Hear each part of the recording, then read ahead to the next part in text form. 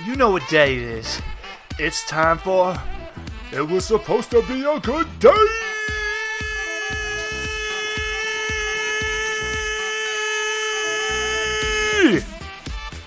Oh! Who's ready for it? You know what time it is. It's time for our pregame ramble. We're gonna scramble amble on. Talk about today's session before our players get in on the Discord. How's everyone doing today? I'm feeling good. Ready for today's session. Today's session is going to be a fun one. Players aren't actually really going to even be battling today. It's all about, because of a certain person's choice about who they want to meet. They're going to be encountering someone very special today. And I cannot wait for that encounter. That's going to be a good one. So, I'm going to connect to my Discord, but we're still muted. We're still muted on there. So don't gotta worry about them hearing this just yet. Which is good. So, I actually have plenty of notes today, so I'm going to show you guys what I've got prepared. So the players' sheets have been updated because their worms have started to evolve even more, taking in genetic coding, pieces of information from the planet. Because the worms were never supposed to be on Earth. They were supposed to spread to unknown reaches out in the galaxy, and taking pieces that was on the Earth, the plants and the insects, and merging together with foreign genetic information. But because of the meddling of man, that plan was changed, and because of that, the worms are taking in data from, genetic information from our planet, which is now the animals and other things. So that's led to very fun changes in video games. And we're going to start off this one with a fun vision for the players. They're actually going to get to see the Emperors. Which, let me pull up those names real quick. Actually going to be smart and add that to my notes right now so I don't have to trying to hunt that down for them. So what's gonna happen is, in my world on the Earth, besides the worms and shit, the worms and the gifted, we have the Emperors. And each Emperor is different. They're the ones that keep more planets from coming into existence. There was supposed to be 8, but the one in China was killed before taking his rightful place and preventing the birth of the Yggdrasil on China. So our 7 emperors are Sleipnir, the mighty steed, who rules Europe. Leviathan, what was used to be Australia, is now his back. It's pretty much like a lion, a turtle, and an arthropod put together. Jormungandr, the serpent that rules the seas. Jormungandr and Leviathan kind of have a thing against each other. The Monkey King, who rules the Americas, but it's actually kind of a loose ruling because he doesn't really like doing his job. The Wendigo, the god of the north. He's pretty much a mantis and a polar bear put together. It's terrifying. Cthulhu, the main antagonist of this arc we're going into. It's gonna be pretty good. Many a secret is with Cthulhu. And then the god of the skies, Ram. He's a fun one, yeah.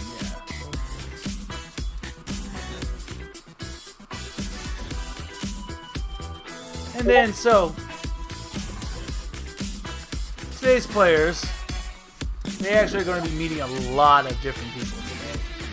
So, like one special encounter I have is because where they're going is Carcosa,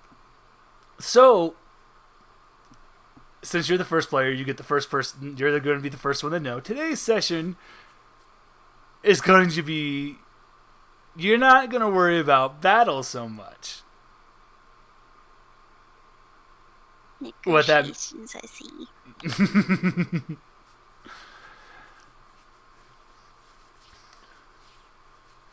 Oh, and I gotta give B his update because that did actually have a point with what's been happening with AIM. Oh, poor AIM. He should have never went on YouTube.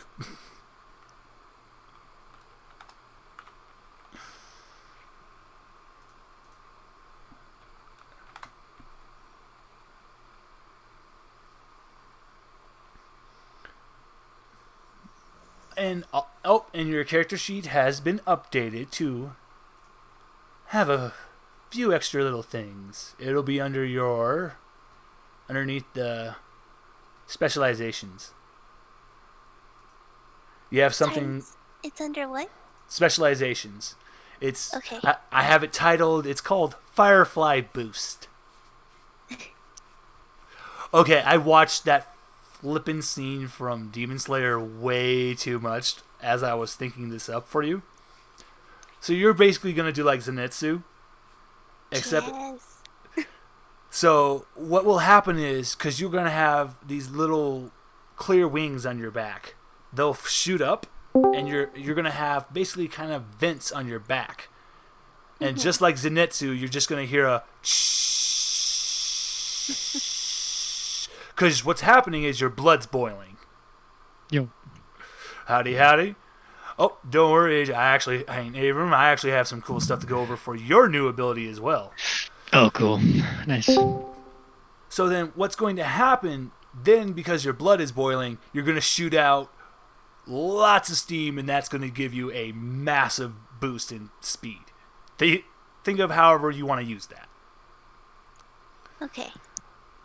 Abram, for you, on your character sheet, it's going to be labeled under your specializations. I gave you two things. Okay. It's called. One's going to be called feline reflexes, and the other one is called sea sprint. Okay. I sent you that video for Quicksilver for a reason. Okay. When the time comes, you can do that. Nice. Use your imagination for that. B, for you. Oh, hi there. For you, your hair has turned kind of like quills. But also at the same time, it's also your hair's alive now. It's alive. Not expecting that, but okay. I wanted to make this a little more fun than just the idea of just quills. I wanted to give you a little more fun to experiment with this. He's Peter Quill. So what this actually means is, even when your hair is separated from your head, you can still control it. It's kind of creepy, but yeah, all right. I thought it was cool. I mean, it's like a living part of you when it separates. Still kind of scary. So on your sheet, you're going to see under that should be underneath quills. Let me double check. Yes, underneath quills. However you want to use that, and your hair has grown considerably in length. I finally got a nice head of hair. Richard, for you have two special things for your wasp wings. Oh. You have just the actual ability of your wasp wings for you to use, because you can combine your poison with that to however you want to use fit. And then specifically for flight. Okay, so could I do like venom dust, like Pokemon? Yeah, exactly. Yeah. I like where your mind's at. Well, he's now Mothra. Hell yeah. Or Venomoth. Or, yeah, Venomoth, actually, yeah. Mm-hmm. But as you guys have grown, the first your worms are actually growing. And in your part of your journey to go visit the alchemist, your worms have all been talking to you at night in your sleep. The first thing is, you guys are actually going to get to see the emperors. Because they all combine together to make their abilities known. So literally it's like a group of child versions of you doing like Captain Planet, using all your abilities to scan out into the world. And you see the 7 emperors. And let me pull up my notes real quick. The first you see is Sleipnir. The god, basically the god now of Europe. He looks like a massive horse and a bear. Hello. Hello. Thank you.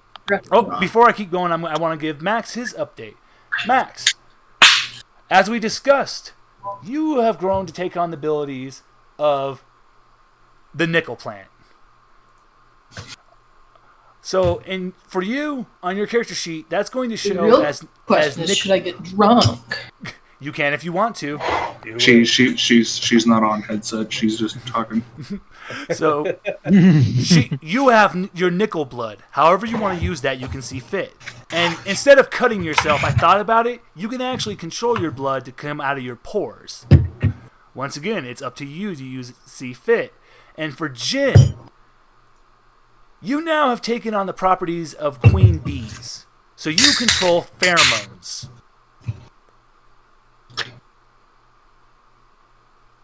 Yeah, everyone's my slave. What of it? Remember, there are many kinds of pheromones. And you're I'm not sure. I'm not sure why, but I'm not surprised. And also because of your mantis shrimp, you, instead of just releasing the shockwave, you've now gained an ability that I like to call expand arm. So instead of expanding the shockwave, you now can absorb that shockwave into your arm, expanding it. Wouldn't that just make my arm pop? Can't you just let me have this? Can't you just let me have this, Jen, please? Just this one Can't time. I just let myself have this? I did a lot of thinking on how to give you guys some cool abilities. Can't you just let me have that? Yeah. So, okay, we'll actually go so far as to say... So it's not exactly like the wasp chick that was mind controlling people? No. You're not the same as the Emperor Wasp. Because what she actually has to make contact with the body to sting. Oh, well, fuck that shit. Yeah, pheromone would be better. Pheromone. Your hands, you're going to chuckle at this, I already know. Your arms have actually kind of gained like a little fuzz, and it looks like you're wearing forearm length black gloves now. But you kind of have forearms, and hands that look like a queen bee. And that's where your pheromones will actually release, is from the fingertips. What was Wolverine's son's name? Oh, I know exactly where you're going with on that. That's just like that. Just like that. Dakin. Like that? Yeah. Yep, just like Dakin. Dakin? Yep. So, and I was just going over everybody. During your guys' travel, your guys' worms have all been talking to you. You too, Jin. Even if you try to ignore it, it's still talking to you. No, I'm only talking to myself. The first god you saw was Sleipnir. It looked like a giant brown bear combined with a horse. This is what rules over Europe. Over Australia, what used to be Australia is now just a giant floating landmass, because that is the Leviathan. The Leviathan kind of looks like a turtle and a lion and an arthropod put together. Jormungandr is still alive. It has just been healing. He's at the bottom of the ocean. Just a big-ass snake. The Monkey King you guys know of, but then there's the Wendigo that rules over in Alaska. It looks like a polar bear and a mantis put together. It's massive, it's gigantic, and yeah. And then then there's two last ones. Cthulhu, but you don't see it. It's just in the darkness. It's in the planet, and it's hiding.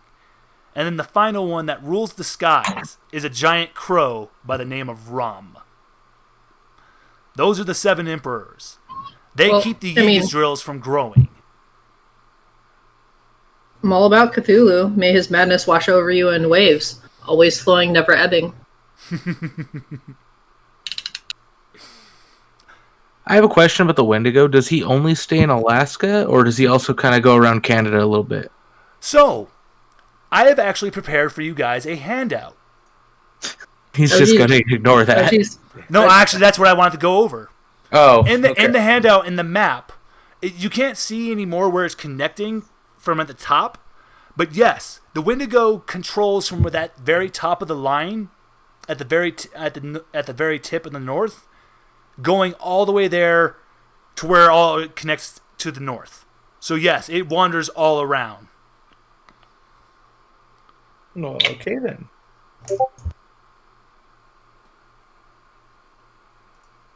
Maybe. Also, your worms have been telling you guys also that they realized more of what they were supposed to be. Originally, going off into space and going to other foreign planets, they were supposed to take the original life of the planet, plants and insects, and merge with the genetic coding of whatever was on that alien planet. Okay. Because they have not done that, they're taking in all the genetic information on this planet. So that's why you guys are growing, evolving, changing. Will this mean another change in you? Possibly. Wrong boy. Like change. Especially when it's But because you change, you also have a deeper understanding now of the freakos. They're changing as well. They still have their hive mind mentality, but they are still gaining single-mindedness. They're gaining their own self-identities. So they're becoming aware of themselves. Exactly. And as you were traveling, you noticed what what used to be the little crawlies, they've gotten a lot bigger. Their hands look. If you think of Voldel from Soul Calibur, I'm never not thinking of Voldo from Soul Calibur. that's what their claws now look like. How big they are on their claws. Dude, imagine if that guy wants to touch you It's in a sensual daily way. thing for you?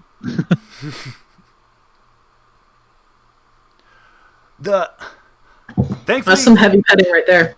Thankfully, you actually have not seen any of the doggies because they have all migrated to just staying with Fenrir. They will not leave their master. Congrats.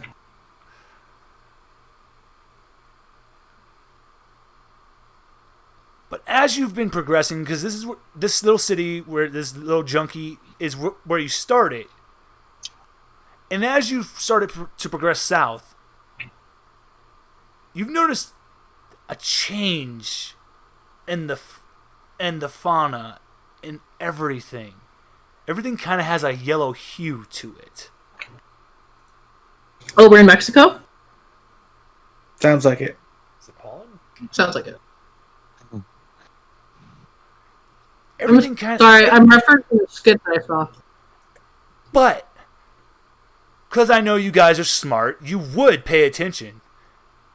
You're looking at the plants, and the quote Blair from The Thing. Wait, do I see something else other than the yellow hue? Oh, you're definitely noticing some weird buildings and stuff, and it's like, and once again, that is not real. That is imitation. That's not stone. That's imitation. This is organic. You see these spires that have been forming from the ground. And once again, that everything has a yellow hue to it. But this is not like the yellow hue that was in China that you saw from the Yggdrasil forming. This is completely different. When was I in China? It was a video feed from China that showed the last known video from China that showed when the Yggdrasil was formed. Yeah. The spores that were released from it caused the sky to take a very dark yellow hue. This is kind of more like a bright yellowish hue to everything. The plants, even the weird wildlife that you're seeing. Do I see other colors? Nope, you're only noticing yellow. Oh, really? Even with my special eyes? Yes. Oh, man. It's intense yellow. I'm not happy about this. And you know what? I'm going to address this right now. Maybe one of you thought of, you don't like this, you want to turn around. I literally just said I don't like this. So yeah, you turn around to try to leave, and like maybe, fuck it, you don't want to see the alchemist. No matter how far... I do. I want Cthulhu in my heart forever and ever. Jen, can I just have this? No, it's out of my character. I was just going to say, whoever tries to turn and leave, you will notice no matter how much you walk away, the landscape keeps expanding. It will not let you leave. So you will turn around and keep proceeding on. You'll encounter people, and these people are all going to say, "Hey, are you making your way onto Carcosa? Are you going to go meet him?" And they all have this weird look to their faces, that like suspiciously like sus grin. Trustworthy. Did any of you want to say anything to any of them? Yep. That's what I say to them. Yep. I also immediately trust them with my life. It's topsy-turvy. If they were acting normal, I wouldn't trust it. Okay, I like that. So you know what? You're going to keep going with this group that you've met, and they're going to start talking to you, telling you, "Oh, the chaos, everything was happening. It's such a godsend to hear about Carcosa." And another person chimes in. It's like, "God, who thought we'd be able to go somewhere and watch TV again, and maybe even meet famous people?"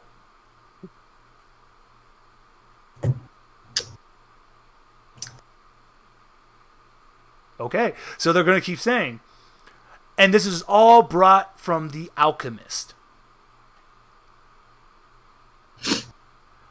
And there's a little girl. Her name is Amelia. I feel like this is like brought to you by the alchemist, which is like feels really PBS. Yeah, I'm kind of into it though. ABS? Amelia actually does not have the creepy grin and all that shit. She's actually normal. She's a little tenured. How did we learn her name? She introduced herself. She's not rude. She said, "Hi, I'm Amelia." She's not rude, Jen. Nope. Unlike some people. Yeah, no, I'm not gonna respond. One of the other members of the group pats her head and goes, "Remember now, you promised." And she does a little zipper on her mouth. Oh, she has a zipper mouth? No, she's doing She does this. a pantomime of a zipper. Oh, I was really hoping she had a zipper mouth. Like her lips are just zippers.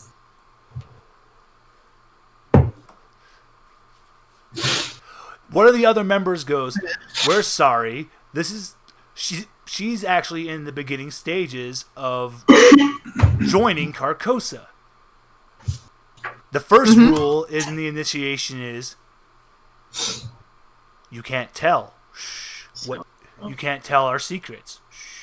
And they put their finger to their mouth and just go, "Shh." But didn't you just tell the secret by telling us that she was joining? That's not a secret. You can find Oh. that's not a secret. Great, Jen. I just wanted to talk to history nerds, and you're leading us to a cult. I mean, I'm not hating it. As you're looking, one of the plants blinks at you.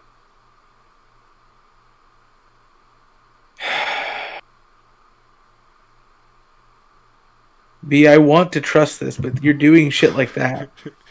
The plant blinks at me. There's a plant that blinks at you.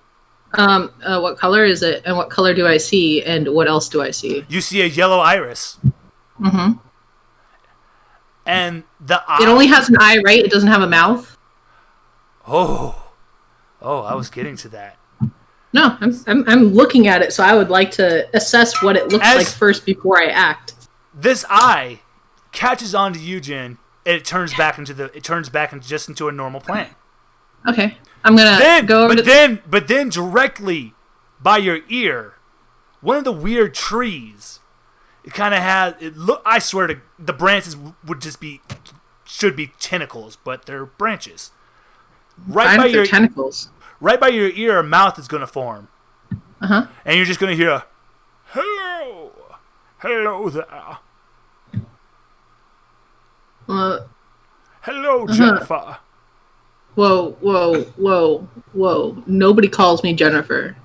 Yeah, Whoa. nobody uses her slave name. Whoa. Nobody makes me bleed my own blood. That's my blood. Better not make me bleed it. Young lady, please, remember, we must be civil even in these times. Nah, then maybe you wouldn't be calling me Jennifer if you were so civil. The mouth forms away, and then one of the tentacles, the eyeball pops out again, and it just looks at you, Jin. Yeah, it looks at me, I look directly at it. Does it wink at her? It kind of tries to give a sympathetic wink. Are there leaves on this plant? Nope. Is it... What? How is it considered a plant, then? It just looks like a plant. I said it's imitation. It's whatever you would assume is trying to imitate fauna, and Maybe yeah, a vine. I'm just gonna point at the eyeball plant and be like, ain't no plant got no leaves. one of the members is going to walk up to you, Jen, and go, "Oh, we've already been graced by his presence. That's the alchemist. All of these lands are the alchemist." My disappointment is immeasurable and my day is ruined. Where are the tentacles? Did you not listen to the reviews? No, I didn't. We're supposed to watch it together. I was sleeping through it. Oh, so In game, I was sleeping through it. Whenever that broadcast happened. Oh, God damn it, Jen. Was literally that voice saying, "Oh, really? Come join the clan." Come you were join so the flock. reluctant to join a clan. I'm all for joining a clan until I get there and meet the people, and then I'm like, nah, bruh. I was expecting tentacles. I wanted Kat to hang out with me and just like That's cool, but hug tentacles. most other people don't want that. So what is the best representation of something to represent itself without being repulsive? Well, I mean, Is a gentleman's voice to be civil, just like the governor from The Walking Dead. yeah, but madness. There's different Madness. ways. There's different ways to Madness. initiate madness. I will just Yeah. say that. Yeah. The real question is, am I schizophrenic right now? No, because everyone actually. I'm Well, gonna no. say you- No, it's a question because you wouldn't know, would you? That's a good point. When are we not, though? When are we not? But everyone Reality else, is what Rich, you make of it. everyone else, you guys all did hear the alchemist's voice as it was talking to Jin. Yeah, they heard it, but did they hear exactly what I heard?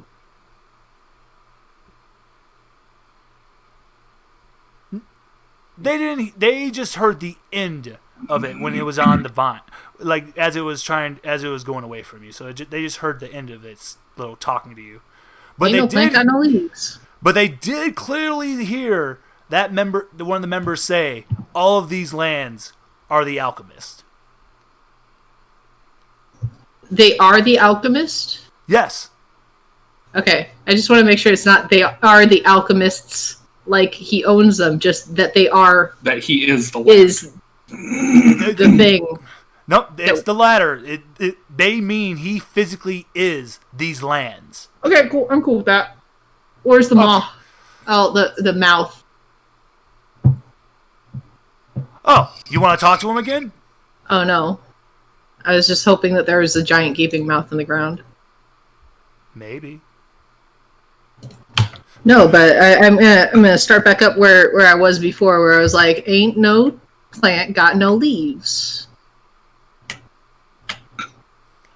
This boy. Where's the tentacles though? I will say, as you're looking at that branch, it does seem like there's no breeze. Yet the branch is trying to sway, but it does seem like more the movement of a tentacle. But trying to imitate the swaying of a branch. Without leaves? Yes, without leaves. Seems Now, funny. I will say this, though. Because you pointed out the fact there's no leaves on the plant, there's going to be a bunch of strange, like, moss growing on the branch. And then the mouth will form again and go, "Is that better? Does that feel more natural for you?" Ew. Ew. Ew. Ew. Ew. Ew. Come, No. Carcosa. You asked for it, Jen. Is that I did. Deckard Cain? I asked for it. Yeah, it's Deckard Cain. Just remember the rules. If you want to stay, join the flock. That's all will be better when we are one. And then the mouth fades away. And the members are going to enthusiastically lead you to Carcosa. Let's go. Yeah, I'll follow. I'm just disappointed in the lack of chaos.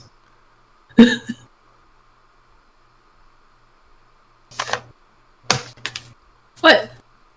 What? Stop giving me that face. It's you live with me. My chaos is not like Your chaos is not bridled. Roger. It's not Your chaos is it's not- bridled. It's not Bugs Bunny chaos. No. Cthulhu's. Hey, I will say this again. You don't need to have people running around screaming their heads off, dying, giant monsters and No, things but it's to just like- institute madness. The flock thing is what got me. I'm like, that's an institution. Actually, more think of it like this: isn't an obsession more of a route of madness? Yeah, possibly. And at that rate, a group obsession is even more so. Yep. It shows that their minds were so close together that they can't control themselves. I'm waiting to see how it turns out. That's why I'm just following along. Also, All right. cults are like very like, you know, they can happen to anyone. It's a strange calm. As you guys are going to keep progressing, though, I'm going to let Abram, as you're walking down the path, Yeah. you are going to notice statues. Once again, this is that strange imitation. These are organic statues. Like, they literally sprang from the ground. It's like right in front of me. It's on the path of the trail that you're walking. You're just so happen to be the one next to the statue. And one of the members walks up to you and goes, "Oh, isn't he beautiful? That is the image of the alchemist." And the scary part is the statue does have color and everything. All it is just a humanoid shape covered in a yellow robe. Ooh. You I'm gonna cannot go see. forward. Can I like touch it? Is it stone or is it like organic? B, I'm gonna say and then I'm just gonna shut the fuck up. Oh, Abram, as you touch the statue, the clothing moves. Oh, It's okay. definitely organic. I immediately put up my gauntlets just in case. The statue crouches down to you and goes, "Hello, Avram. I am the alchemist. I cannot wait to meet you. You will have such a great time in Carcosa. Oh, Come, Isn't he beating him right join now? the flock. Come, join the flock." And then the statue goes back up and remains motionless. So are we with some people? Yes, you are. You're still with the cult members and the little girl Amelia. okay. Her eyes glitter when she sees the statue moving. Like actual glitter? How do you spell Carcosa? Carcosa. I mean, the statue was nice enough. I think I'm gonna trust it now. Carcosa. Yes. Yeah. Okay.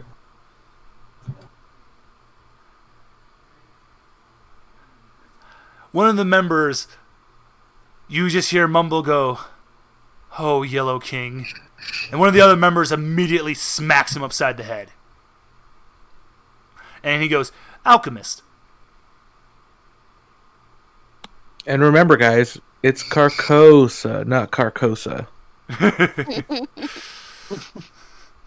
I don't know what that's supposed to be a reference to. So Leviosa. Yeah, it's Leviosa, not Leviosa. Not Leviosa. He's just being a Harry Potter nerd.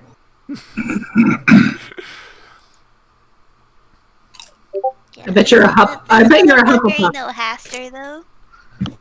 I am exactly a Hufflepuff, and I'm fucking Yeah, you proud are. of it. Kat, what did you just say? Up and I've heard him. question. You said Kat, did you just say that out loud? Say what? Hold on. did Let Kat talk. Oh. Did you just say that name out loud? What'd Yeah, she I say? did. what'd she say? What'd she say? That She ain't said- no Haster. The same thing that I gathered really fast, but didn't want to spoil for everybody. Correct. Immediately behind you, Kat, from the very ground, forms the alchemist.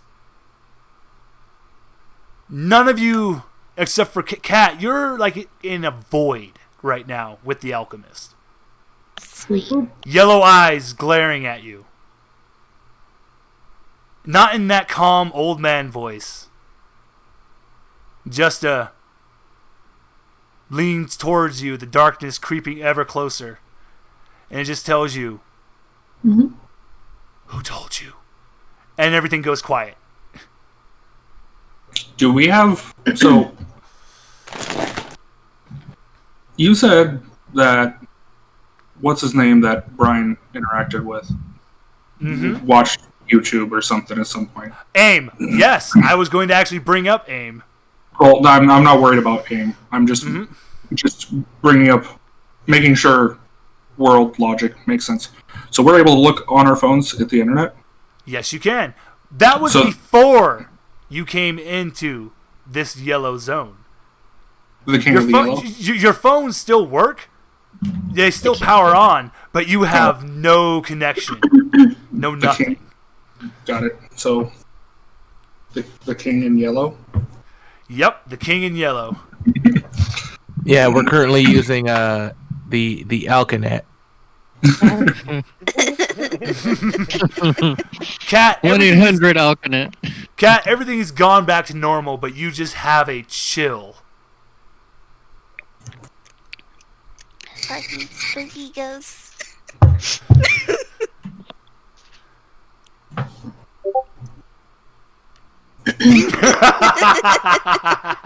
Oh, what you guys do? God damn it. Oh no! Come on, we need to get Ravenclaw up in here. Richard, Hey, look, I did the most Ravenclaw thing, which was pointing out facts. Yeah, but Kat, aren't you like Slytherin? No, she's Ravenclaw. No, I'm She's Ravenclaw. Ravenclaw. Oh, you're Ravenclaw. Oh, you're with me and Max then. Okay. Richard, for you, So- because of that amazingness Hufflepuff you just just got it for busted, no reason. 500 Hufflepuff is my class. How dare you? That is my shit. So, for you, I'm actually going to say you actually got absorbed into that whole little thing with Kat. You got to see what just happened. That Cat. was kind of creepy. That. You can talk about this with Richard. Or you can bring it up to the entire group. Don't die. The person that is the leader of that little group that you're with, though, he's looking at you. Creepy smile has faded from his face. He's waiting just for your next sentence. What you want to say?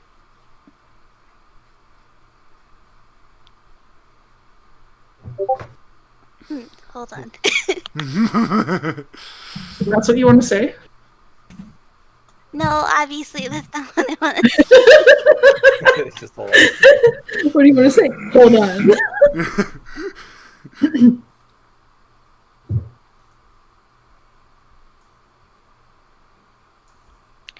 Okay. What I'm gonna say is, looks like they're just following somebody with some fucking god complex, thinking they're someone like so much more than they actually are. Oh, do you roll your eyes too? Roll your eyes. Yeah, absolutely.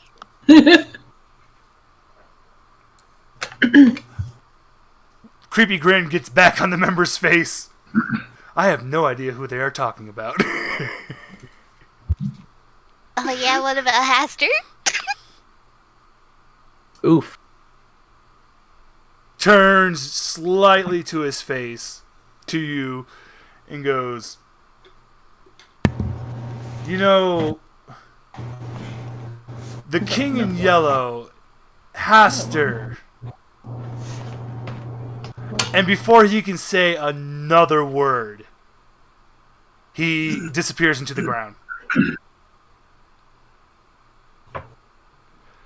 And then in his place, a new cult member pops up, happy as day, and goes, I have no idea what you're talking about. Let's get going. Looks like the fun police fucking came by. Clearly, they don't like that name, Cat. Stop saying it right now. Oh. Yeah, No, Cat.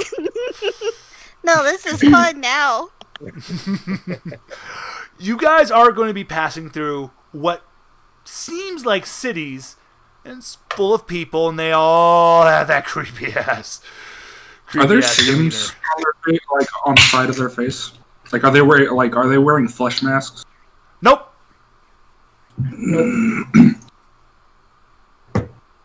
But intermingled between all these people are clearly just gifted. And they're following the cult. They're following the cult members, and the cult members are telling them, "Oh shit!" I say, "Well, it doesn't matter anymore." They're following the cult members, and they're telling them, leading them, showing them, telling them the rules of the place. And all they say is, all you have to do is make one trip to Carcosa. Have a meeting with the alchemist. And then everything will be better. You guys have seen hide nor tell of any freakos, though.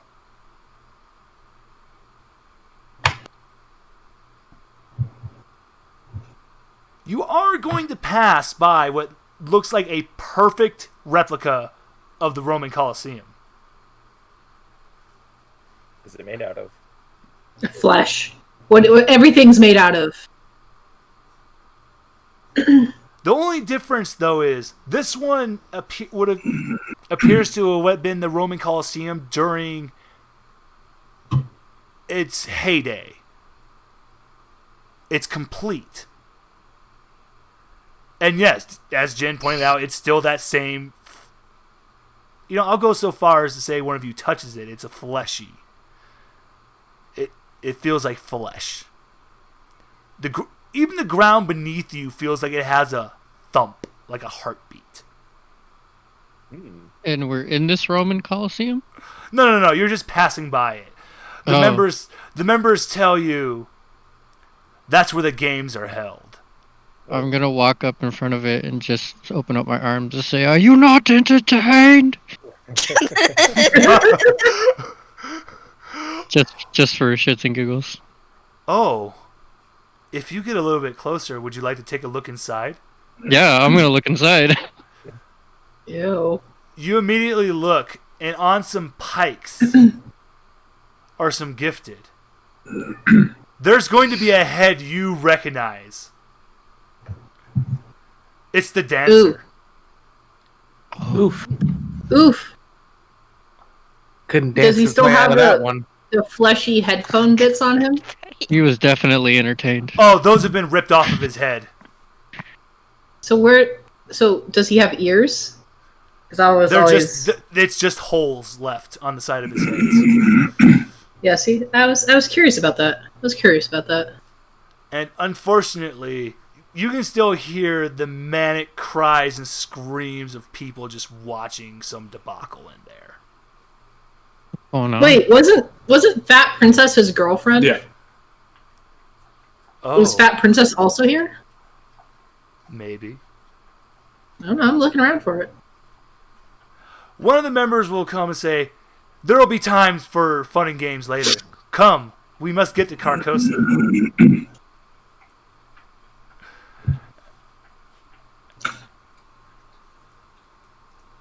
Noted. And with that, you guys are going to reach the outskirts of Carcosa.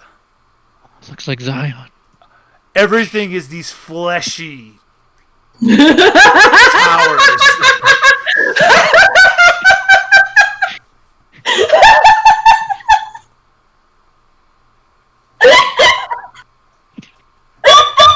Gee, okay. I'm trying to see. Is that a chihuahua? Is she okay? She's dying. She's dying.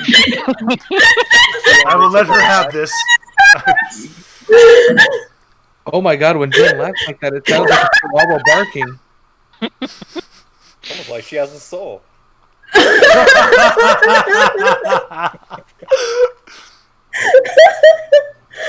fleshy penis towers.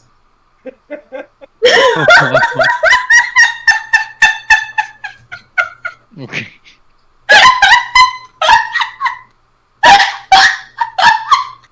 And because of that, I'm going to. You now are going. I'm speeding up a certain encounter now. Because of that. So, as you're getting in. Let me pull up my notes real quick. As you get into Carcosa, the members are going to wave you goodbye and say, "We're going to meet up with you guys later. We would like to personally escort you to the Alchemist to meet him later." Amelia actually wants to hang out with your group. Do you let her? But we're gonna teach her. How old is she? Pastor, will she She's go 10 with? years old. She's how old? She's 10. And not good with kids, especially Oh around my big God. towers.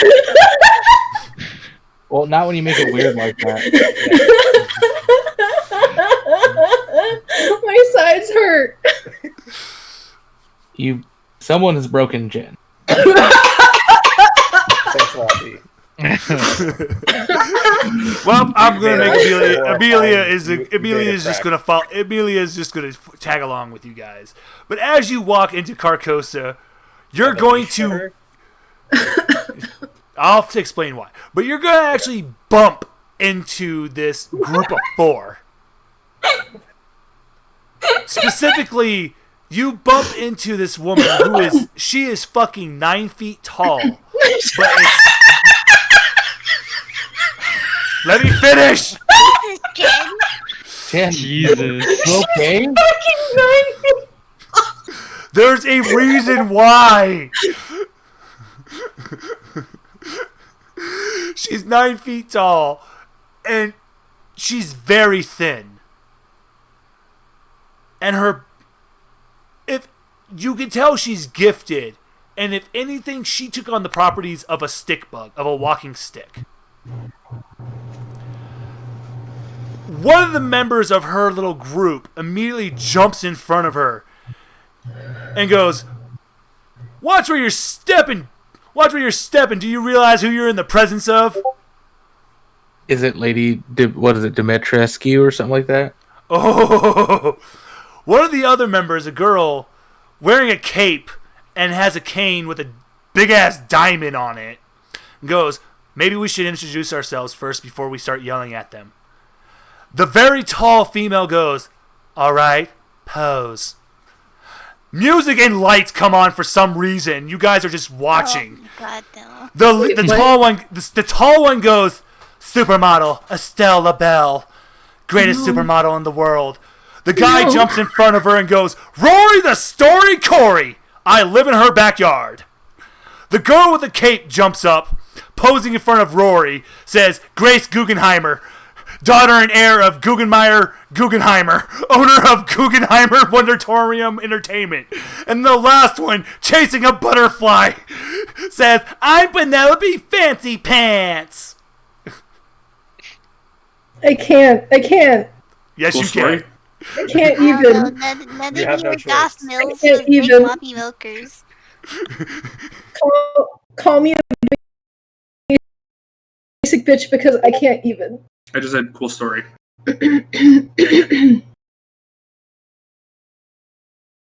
Down for my notes.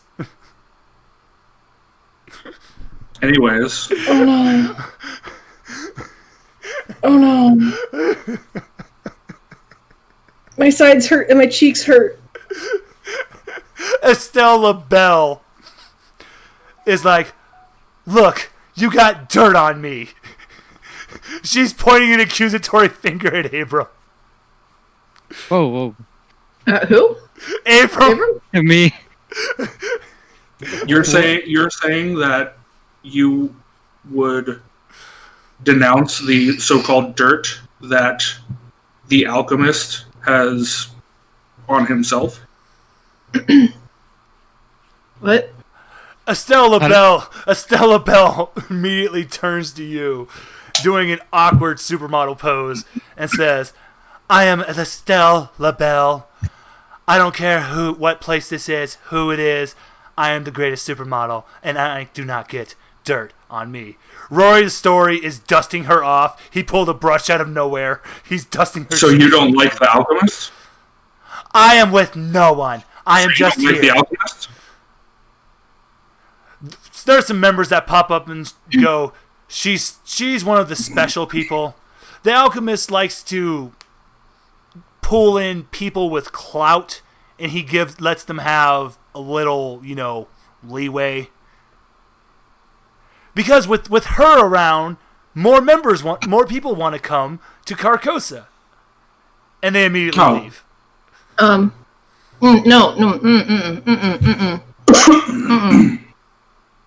I'm gonna kick a little bit more dirt as they leave. Just Yeah, because apparently you got dirt on her. just gonna do a quick little kick. Grace Guggenheimer, daughter of Guggenheimer, turns around. Can I instill fear in them? Yes, you can. I would like to use my pheromones to help instill fear in them. Go ahead and roll and use your pheromones, and I'm going to give you a multiplier of 2. Cool. I'm gonna use that. Roll. No gear, right? No gear. Multiplier of 2. Yep. Submit. Oh. Yeah. That's I so want to cute. instill fear in them. All that fear. You are actually going to hit all the members. With pheromone. Exactly. Now, this is a success, but at the same time, because this is a new ability to you, you thought you were releasing pheromones to make them fear you. But you actually were pheromones for attraction. Oops. Sorry, Max. Thankfully, most of them are able to hold themselves back, except for Rory the Story Corey. It's just, if this was a cartoon, he'd have those big comical hearts in his eyes. Oh, is he gonna turn into Pepe Le Pew? It would have happened, except Grace Guggenheimer has hit him with a crowbar and is dragging him away. Okay, cool. And she's looking at you going, "I'll remember this." Yeah, she will remember me. 'Cause she loves me. She's fighting the conflicting feelings because now she hates you. Yeah, it's called hate snogging, and I'm totally into it. Give her a little wink. It's not the "No, I don't like you, Baka Des." Tsundere-chan. man, she's such a cactus. Oh, yeah. Yeah, no, she's gonna do that. I'm just gonna give her a little wink as she goes away. They are going off towards a direction where there's like some spotlights going off into the sky. All of you are going to look off into the distance, and you see all kinds of people here in Carcosa. There's the scary, creepy cult members with their weird stares looking at you, telling you how great it is here in Carcosa. Just go meet the alchemist. But then there's more of those people of clout. Richard, an old man approaches you, and he's just, hi there. My name's Bill. How are you doing today, my good man? Oh my god, is it Bill Pretty Clinton? good, Decker. Bill Clinton. Like Bill Clinton. What do you say, Richard? Said I'm pretty good, Deckard. When everything about started happening, I just about lost faith because Hillary, she died right in the beginning. It is Bill Clinton. I'm going to tell you here, son. You really going to Hey, like where's your it buddy here. Epstein? When you mentioned that, behind Jin, What did you mention? Jin, Epstein. Epstein. the minute you mentioned Epstein, behind Jin, you just hear, Oh god, no, not behind me. Not behind me. you're going to hear a, well, aren't you just a fine piece of ass? Nope. I'm wherever that sound came from is a big punch time. Big punch time. You are more than allowed to punch the punching because Yeah. behind you is fucking Yeah. Trump. Yeah. Did you roll for it? Yeah. Big punch time. Punch that Big- toupee off. Yeah, punch him. Big vaporized punch time. Do I do blunt punch? Punch him. Right. Punch Go ahead, blunt. Blunt. Yep. Your kit is what? Bludgeoning? Yep. Bludgeoning arm. Yep. Multiplier 1. Yep. But no, yeah, 1. Let me see let me see this. I can't wait. There we go. Yeah. Oh, okay.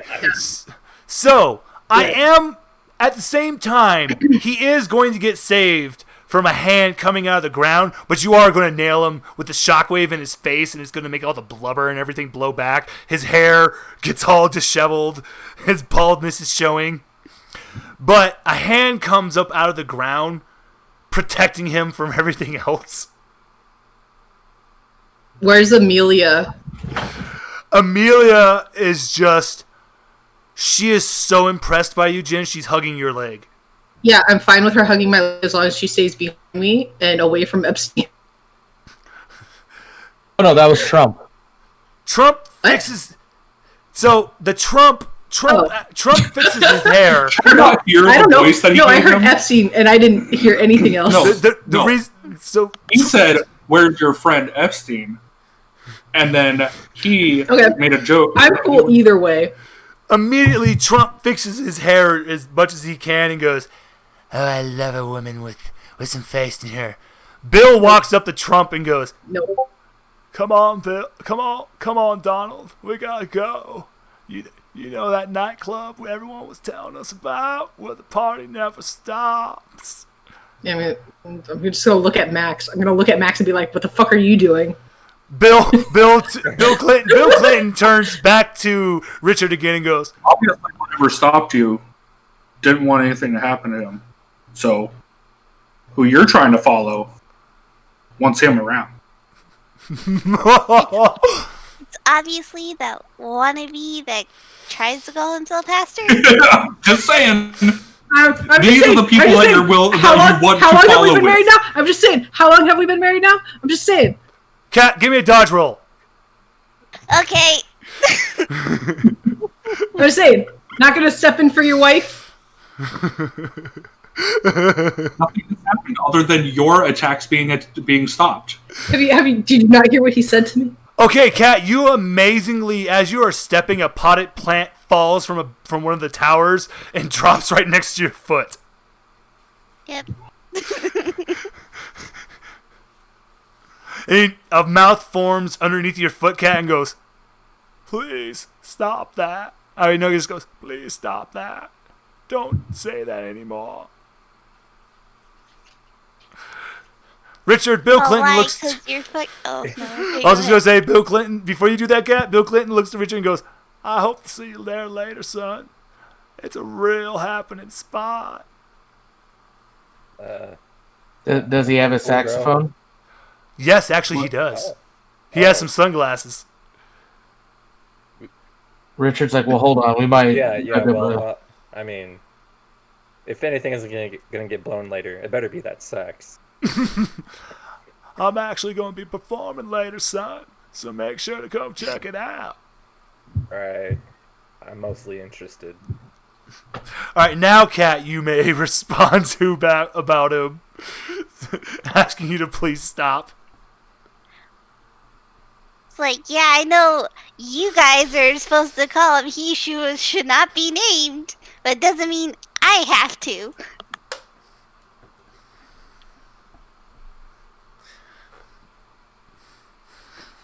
And just like, I know all the stories. Who are we talking about? And what does this have to do with anything? The mouth just forms underneath you, Cat, and just goes, "Fucking Wikipedia." Whoa! I read the book. Fuck off with that Wikipedia bullshit. Yeah, Cat's knowledgeable. And Wait, what you trying to say about? Oh no! What you trying to say about her? The mouth is just going to say, "Even worse, you're a bookworm." No, Yeah, she proud ate of the worm. you, fucking She plant. just- It's not a plant, Cat. I don't see no leaves. In the middle of Carcosa,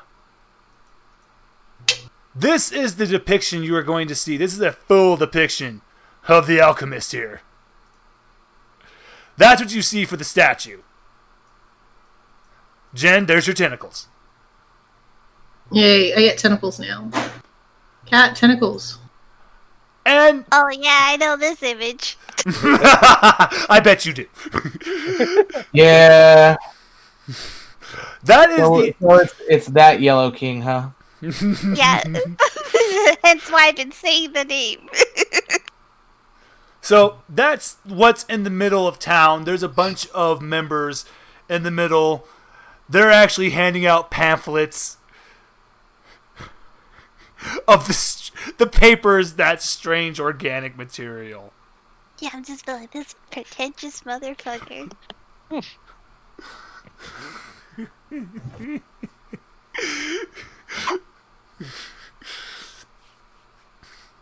Oh, I'm glad we picked a look that Cat has knowledge about.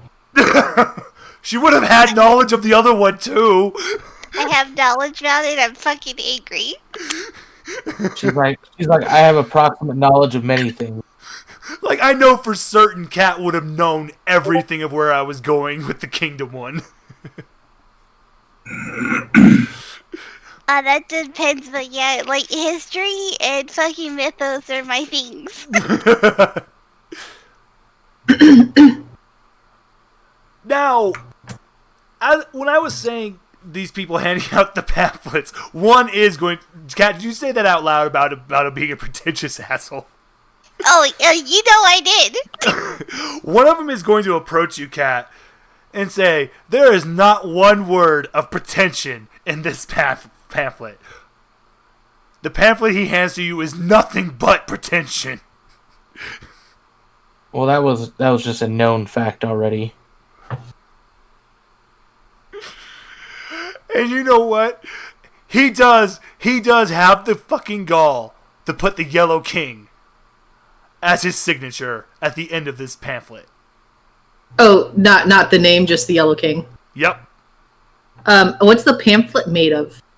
The same organic material. Oh, okay. I just wanted to make sure because I didn't hear. Oh, I'm sorry. It's all cool. That's why I asked. Just gonna use my arm blade to fucking make a show of tearing it apart. Can you tear it apart? It's fleshy. Yeah, my arm blade. No, you can actually definitely tear it apart. It tears apart easily to your mantis blade. Cat, on your leg is Amelia, and she's just, you are so amazing. She jumped from my leg to Cat's leg. Don't touch Yup. me, child. Cat, don't worry, you can tell she is definitely a normal girl. There's no giftedness to her. Oh no, I just don't like children.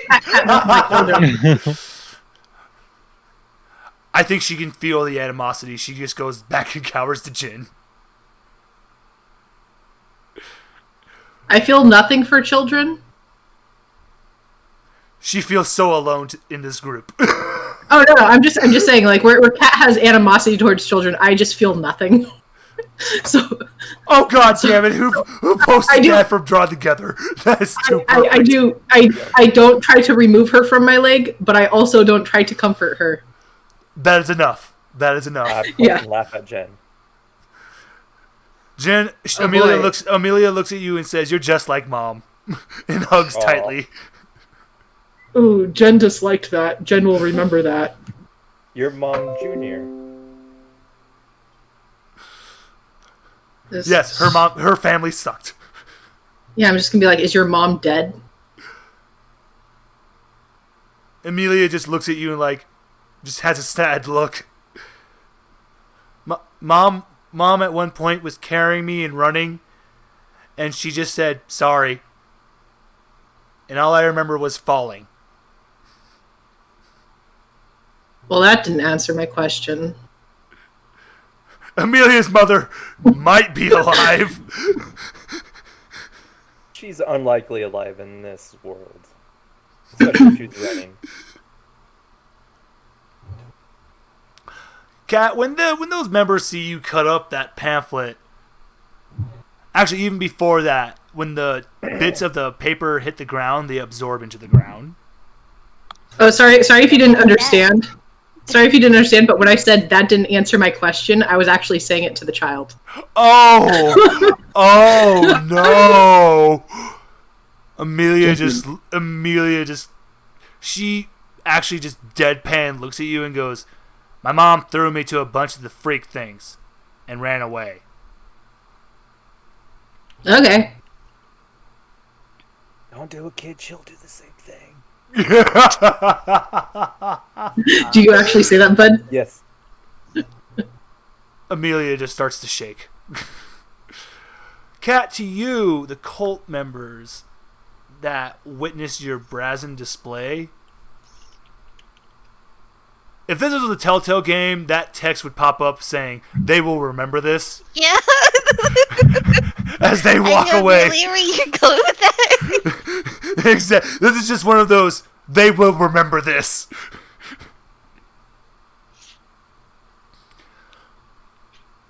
Where you are in the center of town, there's what would appear to be like a little shopping plaza,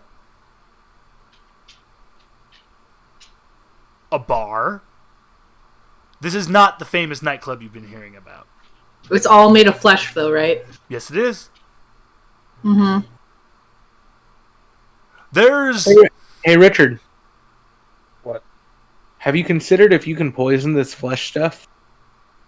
I have yet to determine a good source. Ooh, Richard, would you like to try? If you don't want Richard, would you like to try to poison the thing that we are currently walking upon and will be walking upon for the next many miles? Would that be a good idea? No. All of the structures? It could be. I mean, I don't know, honestly. Like, who's to say if this thing is taking up... Think about this, like, who's to say this thing isn't taking up a lot of space underneath us, or if it's just... What about here? Like, besides the one pamphlet that Kat cut up, you guys still have another pamphlet in your possession. Yeah, does it have any information in it that I would be interested in? So I'm going to remove a quill and hand it to Richard and be like, hey, you want to juice that up for me? Oh, yeah. Rub it under my armpit. That's where the juicy stuff is. It's pretty gross. The tip of that quill is now coated in a quite funky poison. Yeah, I'm going to use that to Ew. inject the pamphlet. Now, you know Richard's poison has quite a corrosive effect. But this paper is perfectly fine. Okay. And Just checking, really. wait, a little mouth forms and burps. It ate my poison, eh? Hmm. Would you like me to tear up this one too? Well, The little mouth forms and just goes, no. quick question. It just talked. Let's I just need a quick clarification. Go ahead. Is Richard's poison or venom? Poison venom. I am It's very like glad water. I am very glad you asked. Richard can Is it create kind of acid? Richard can create every kind of poison and venom. He's an amalgamation of that. Okay, so he just makes general toxin. Exactly. Thank you. Okay. When I say he's literally the most toxic thing on the planet, he is. Wow, you're so fucking toxic, bro. Oh no. But Get away from me. he was the most toxic thing on the planet until you came here. Oh. Well, then that means that he wasn't because this thing was already here. That we Alright, knew Jen of. needs to leave. No, actually, Jen, she's catching on to certain things. She just doesn't. She doesn't know the whole thing. She's like, God damn it! You're almost spoiling it. Stop. 2 steps ahead of you, but in the wrong direction. Are you upset at the No, me you're accidentally walking into things all the time? No. I think what's going on is we just fed it his poison, venom, whatever, and in doing so, it's learned. Oh no. Yeah, that's what I was kind of gathering. Yep. Yeah. Nope. I just say things that come to my mind. I don't think about them all that much. So, because all that was said out loud, a form of the alchemist forms out of the ground, just chuckles and goes, "Don't you know about sea cucumbers? I'm kinda Yes. like that. I'm kinda like that." And just laughs and slowly goes back into the ground. Okay, so that was a bad idea. He's So kind he's of like good that, at as in he's fucking disgusting. Moving on. Yeah. Wait. No, he's so- absorbing everything. Yeah, no, I know. That's what I'm saying out loud, though. What happened when I hit with my vaporizing punch earlier? Then So, I'm glad of you actually. So, as you were watching the hand take the shockwave, I hate to bring up the weebs, but it was kind of like how with Luffy, the flesh of the hand started to just ripple. oh boys, I'm useless. Sounds like we need cutting weapons. Yeah. Oh boy, my specialty. Pretty sure piercing might help, but not very much. So, just in case, I'm going to attach some of my quills to a web, and I'm thinking a bit like a harpoon. Ooh, I love it. Yeah. Also, thank you, Richard. And one of the door walls that are around you guys, a door is going to actually open. And it's going to open. It's going to open. If you actually, would any of you like to just take a peek into this door? Sure. I'll take a peek. Wants to. That's what you see, buddy. In the middle of this rocky room in front of that tree is that yellow cloak. And not in the old man voice, it's just saying, Get your goddamn asses in here. Whoa. Okay. Are you guys all going to go in there? Why? Why would I when somebody told me to do it in that way? Because he's got secrets to tell. So I mean- Yeah. I mean, so much for the civilness. I mean, I already went through, so. Okay. I'm Then good. I'll follow in if someone already went in. But This yellow cloak is actually... Cat goes in. This looks just like the statue that you've been seeing, but something's very, very off about it. This isn't the same statue that you're seeing, and it's quickly merges to the ground, pops up in front of Avram, and it's just... Would you please stop antagonizing the psychotic side of myself? Oh, wait a minute. One? You guys, look, I hate to say this.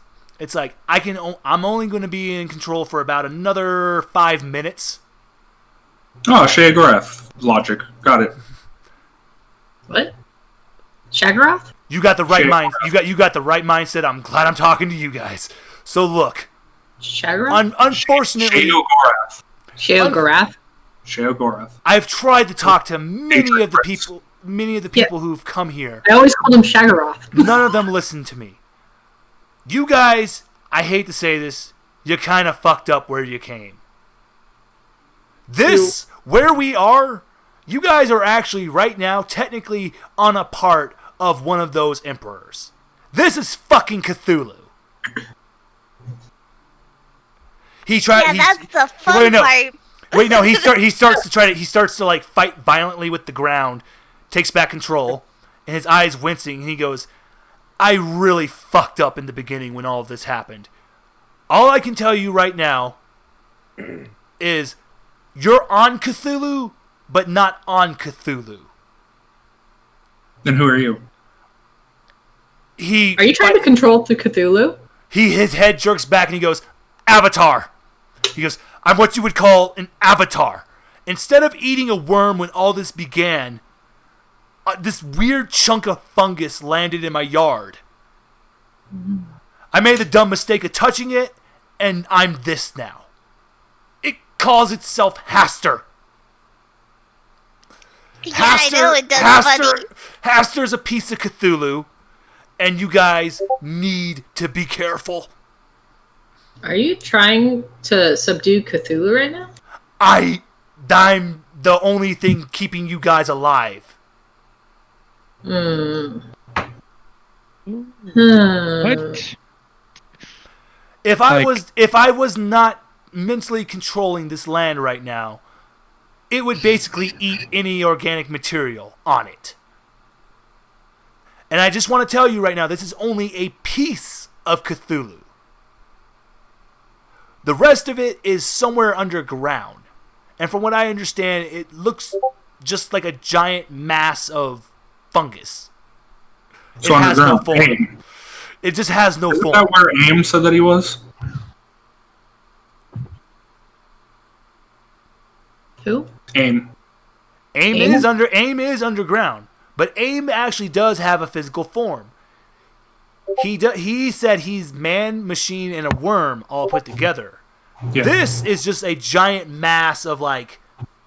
So he's saying I'm not saying they're one and the same. I'm just saying Oh, that yep. maybe in the same location. Ooh, very correct, very true.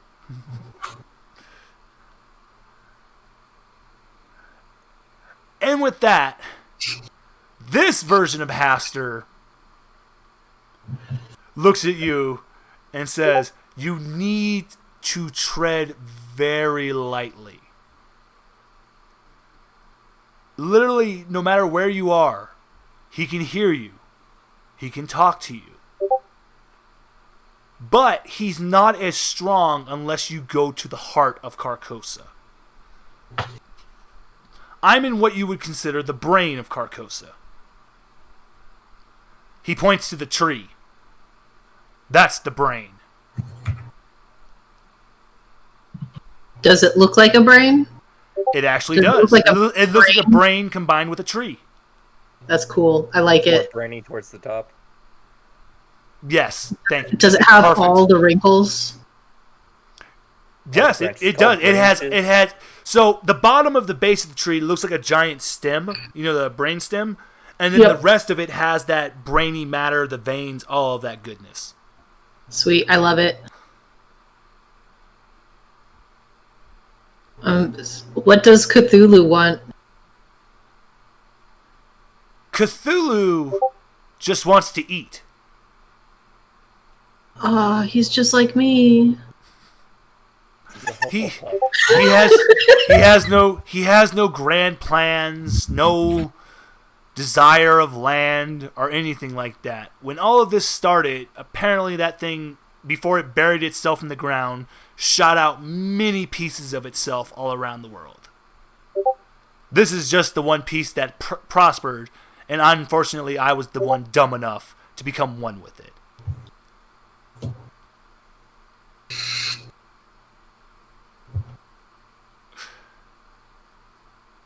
What does Cthulhu eat? Everything. So, yeah, literally everything. A little bit of everything. No, everything. Everything. Yeah, I said literally. Oh, literally? I thought you said little bit. Nope. This avatar, it forms in front of you, Richard, and goes, I would commend you for the attempt at trying to poison me, if our body wasn't just a giant filtration system.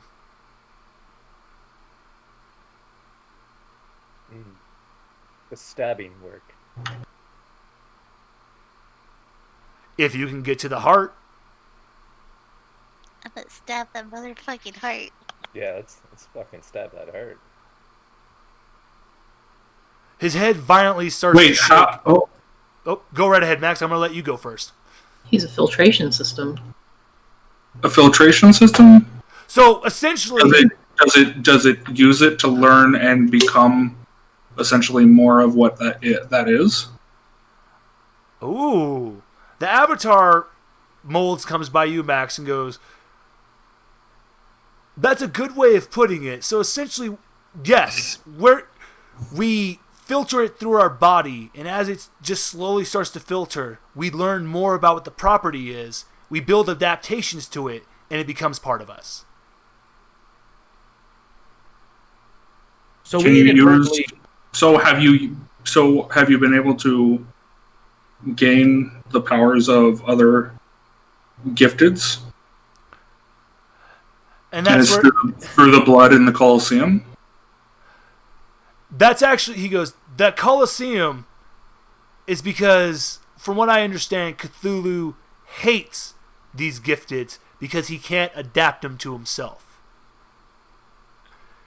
He can only find ways to combat them to where they won't hurt him, but they will never become a part of him. And he doesn't like it. So then, could he adapt to Richard's poison or no? He just Basically, essentially all he's doing is he's just giving him food.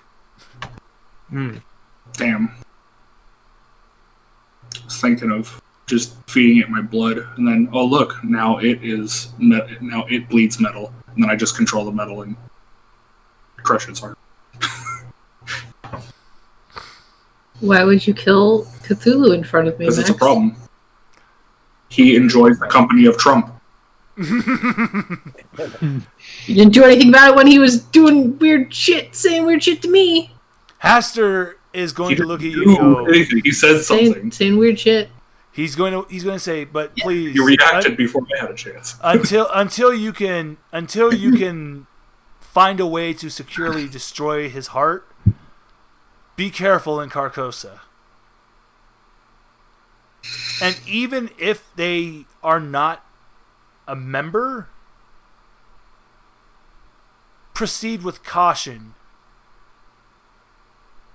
because you don't know who's all working for him. The door opens up again behind you guys, and he's asking for you to leave.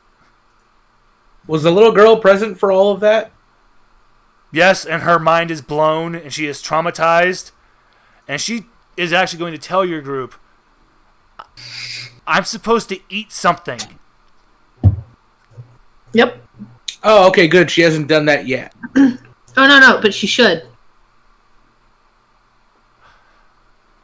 They say the rule for a normal human to stay here in Carcosa is you meet the alchemist and you eat something. We don't have any more worms on That's us, what I was do we? about to say. Do we still have one of those? There's like a worm that Do we got any did more acquire, worms? but I don't know what happened to it at that point. No, that was a cartoon cat worm. That was a cartoon cat. Oh, But- yeah. Here, but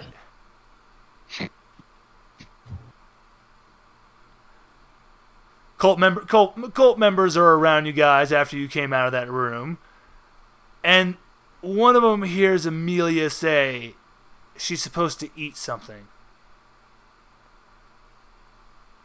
If he looks at her wrong, I will kill him. Cult member is actually about to try to act, but a form of the alchemist shoots up and goes,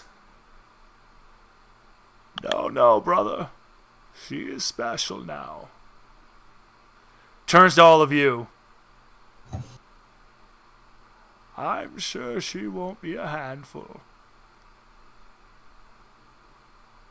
Now, will Says she? the guy that never had to babysit before. I just smiled. Oh, Cat, you have just... The alchemist is... His heart has been warmed. He thinks you've come over to him. Oh, Cat. Ew, oh cat. I can't wait for you to come. Ew. Oh, no. Oh! Can't wait for you to come, cat. No, not like that. That is...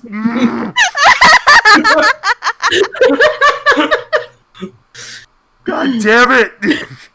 No, not like that. Get that image out. No. So, B, to answer what you just asked, yes, you guys can actually go back to the Coliseum now. You can go back to what? The Coliseum to retrieve a gifted worm. Did Maybe the dancers got a little something left for us after all. he, it sounded like he got cut off. He seemed like he did. Am I It still seems here? like what? I heard, yeah, you can go back to the, and then it cut off, but I assumed what he was saying. But yes, you can go back to the Coliseum just fine and go walk into it. But You got quiet again. I was going to say, you can clearly tell, unfortunately, the worm has been ripped out of his head. Mm. Okay. But But would you like to maybe search around the Coliseum? absolutely. Yes. That's what I'm good at. That's also what I'm good at with my weird fucking eye cones. Yep. Cat, I got weird eyes too. Cat. As you're searching, the members that watch you cut up that paper come.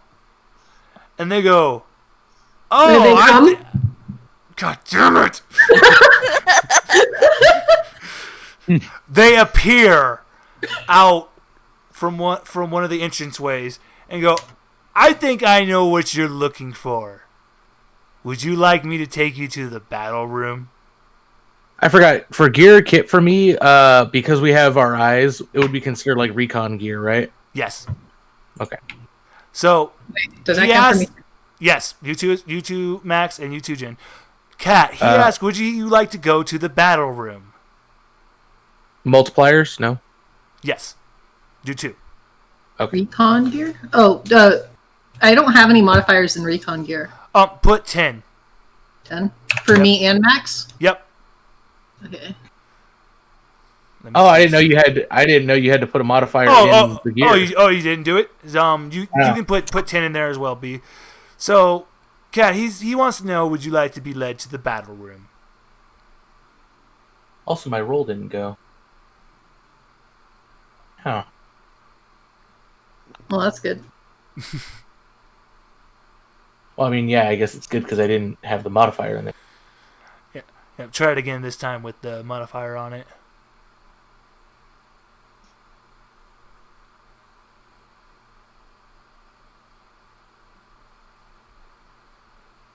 There we go. Oh, you know what? You got a good success from that. Did I need to roll 2? Do you want to? Oh yeah, that's what I was saying. I was like, Go right ahead. Go right ahead. B, the room you find. Modifier 2? Yep, go right ahead. Okay. For you don't find the battle room. You come to a VIP room. You're in the same room as you're in Supermodel.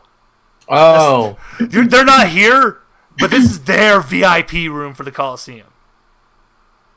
I see. Now, if you want to search around it, you'll have to give me another roll. Oh, Jin! For you! Yeah. You do find the battle room. Yeah. The smell of blood is very heavy. Mm-hmm. In front of the door, though, are 2 guards. But because of your awesome roll, one of them is going to go, I guess we're having VIP combatants? Okay, well, here, come on in. And he opens the door for you. Okay, I'll go in. Kat, if you follow Jin, you can go in too. Well, I'm assuming they want to lead me into there, so yeah, I'm just gonna follow. Oh, okay. You actually arrive at the same time as Jin. The guards in front of the Jin, do you say anything to Kat? Is she with me? She just popped up with the members that led her to the battle room. Yeah, I'm gonna be like, hey, come on. The guard at the door goes, oh, more VIP combatants. I guess today's going to be a great day. All hail the alchemist.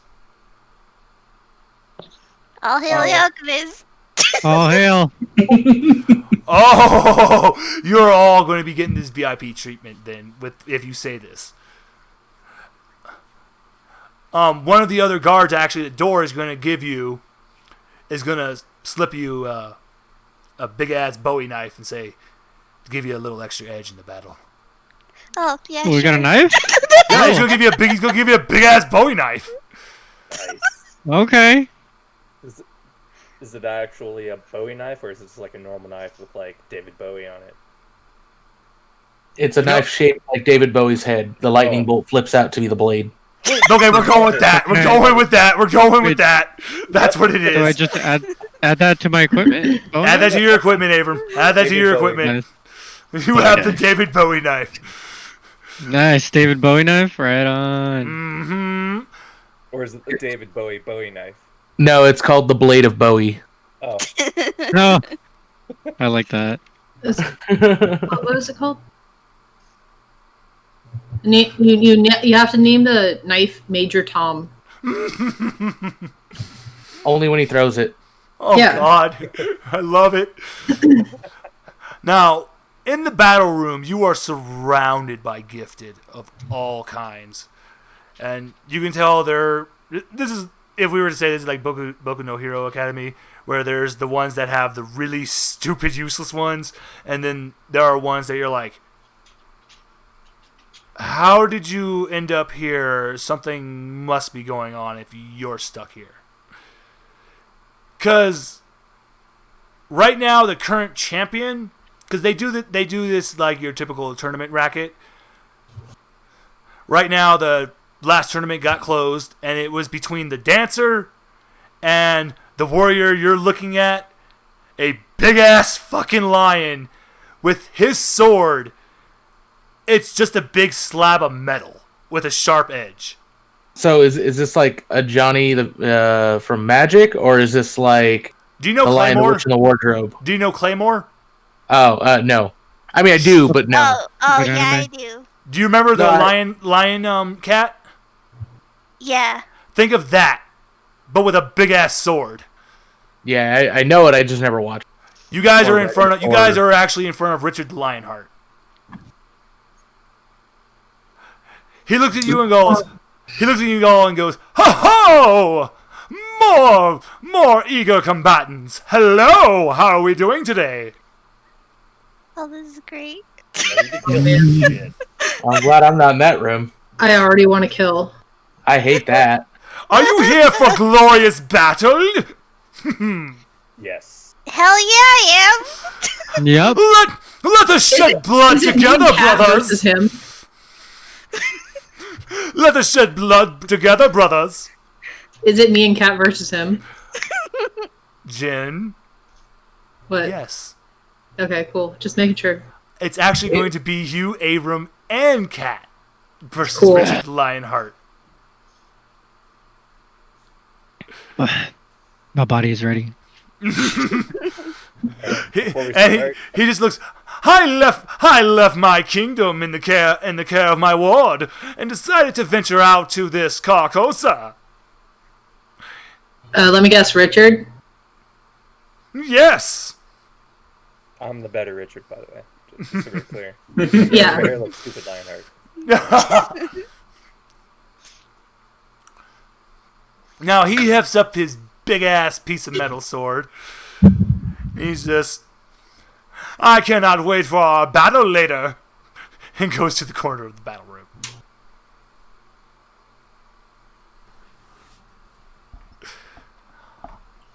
So what I find in the room? Okay. Oh, B, for you. In this room, you're actually going to find on a plate a jittering mass of, like, what would look like jelly donuts if H.P. Lovecraft made jelly donuts. So And it has a note card that says, "Please enjoy." oh, My gift from me to you, the alchemist.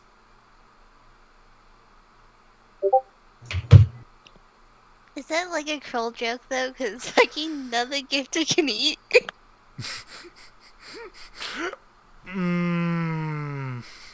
He knows she can't eat it, but the other three can. so is this what the donuts look like in Survivor Hub? God damn it! Because if HP Lovecraft made donuts, that's what I'd think. Yeah. Yes, those are the jelly donuts.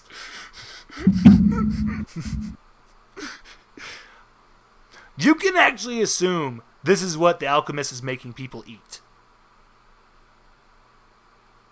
But because the supermodel, she ain't letting her entourage go to the heart of Carcosa, so this is his next best thing. Leave some treats in a VIP room. She can't eat anymore. They can.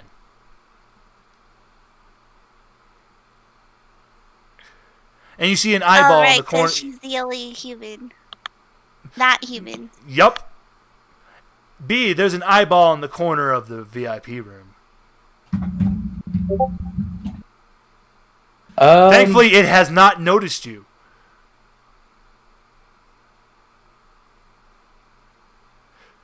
I may regret it, but can I pierce it? Yes, you may. With my harpoon. Oh, yes, you may. Go ahead, give me let's see. Let me double check real quick for you.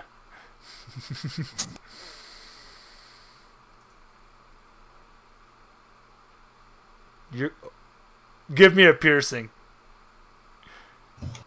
You get a modifier of 2. Let me see. Does that include piercing kit as well? Yes, go ahead. What do I? Oh no, that's training values. Never mind. No. I don't think I would be specifically trained. Oh yeah, you're right. So go ahead. Hit it with me. Hit me with it. I had to find it. Hit me with your best shot. That song is not Canaan. We can't use that.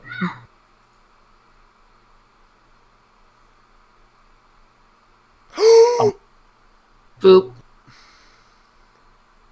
How much gestalt do I need to be good? That's actually not going to be your gestalt. That'll be your survival points. Give me 10 survival points, and I will let you succeed in this. Sure. Perfect. You are going to succeed. Your harpoon actually pierces that eyeball. The harpoon's like violently shaking, trying to get it out. and I'm going to let you get out of the room without being noticed. All right.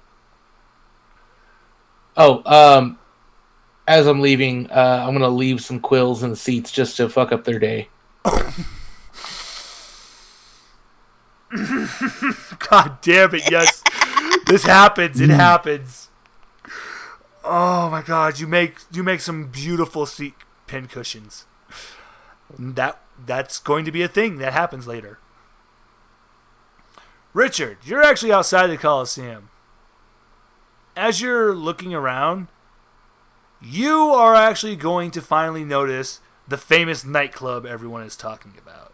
Oh wait, wasn't Richard part of the part of the battle, or is it? No. That's Abram. Yeah, that's Abram. Okay. Richard is actually was the only one who was kind of outside. Yeah, I'm a lone wolf. Well, I haven't done anything. I wanted to ask. Max, I was going to come to you next too, because I wanted to ask if yes, the Lionheart dude left John in charge of his territory.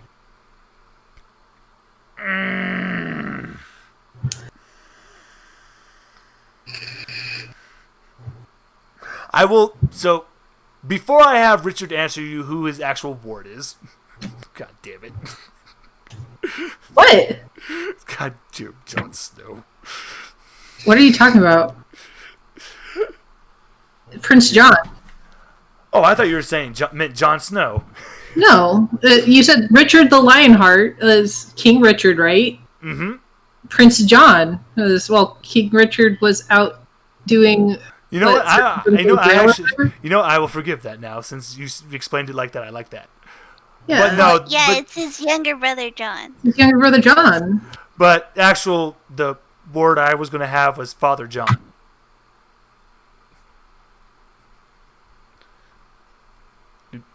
Because old Robin Hood, because it's believed Richard the Lionheart was who.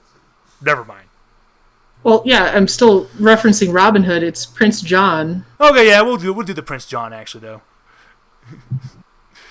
So, yes, he looks at you and goes, "Yeah, my younger brother is in charge." And oh dear God, he just realized the mistake he made. Yeah. I'm gonna give him that look like you done fucked up, boy. He is going to be contemplating that now because you told him that. Max and Richard. I didn't say you done fucked up. I'm just giving him a look like you done fucked up. Well, no, because you mentioned. Then now it's clicking in his own head the fuck up that he's done. Mm-hmm. Yeah. Just trying to help out. You actually might have just spared yourself a battle. Hey, I'm like so good at finding ways around fights. Max and I Richard. want to chill out with this dude, so. Oh, okay. Then you know what, Kat? I'll give you an update here. After Max and Richard, you are outside. You both are going to notice the nightclub that you heard from Bill Clinton. Gross. What it is, you know those subway entrances? Yeah. It's one of those, but with two organic spotlights shining a golden light out of them. Hit me with that yellow light, baby. I will let you guys. Would you both like to go over to it? So an adult club? Oh, it's an adult club. I'm good. Oh, Richard, you I'm gonna down. go? Okay. Okay. Let's party, baby. I will stay nearby, just in case. Okay, perfect. All right, stay close just in case I yell. Yeah. But don't come too quickly if I yell. Ew. God damn it. On many levels. God damn it. Oh my God, this is one of those sessions. I made a mistake. You have a flesh city.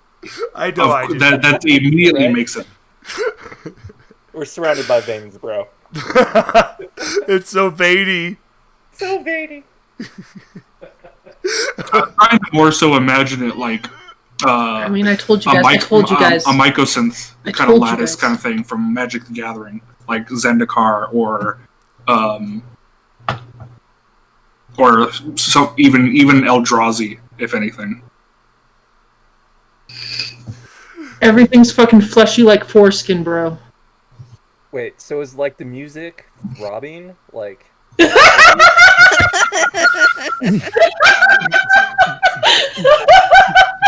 Throbbing. It's just uns baby, like untis.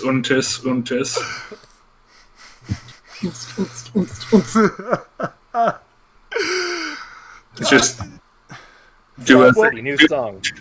Do it like they do on the Discovery Channel.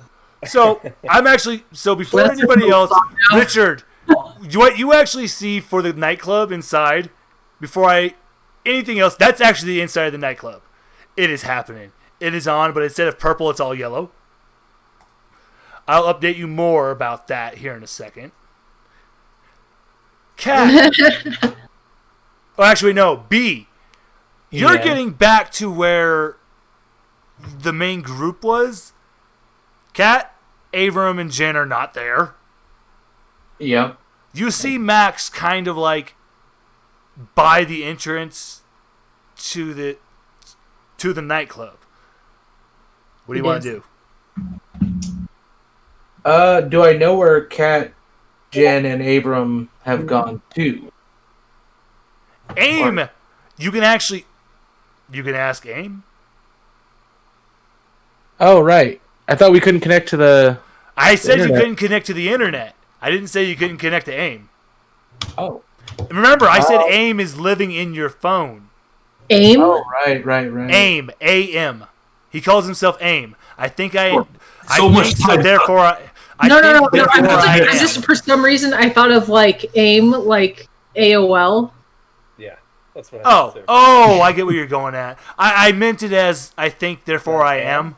I'm like, no. I was like, AIM, like the really old instant messenger that I used to use as a child. Because so on your phone, B, there's actually like a little icon that just says AIM. Oh, I got an AIM app. Yes. Yeah, I'm going to open it up and ask AIM if they can locate Kat. You see a little question mark symbol appear on your phone. Kat, your phone dings up. Oh, yeah, I'm gonna go look at it. Ding.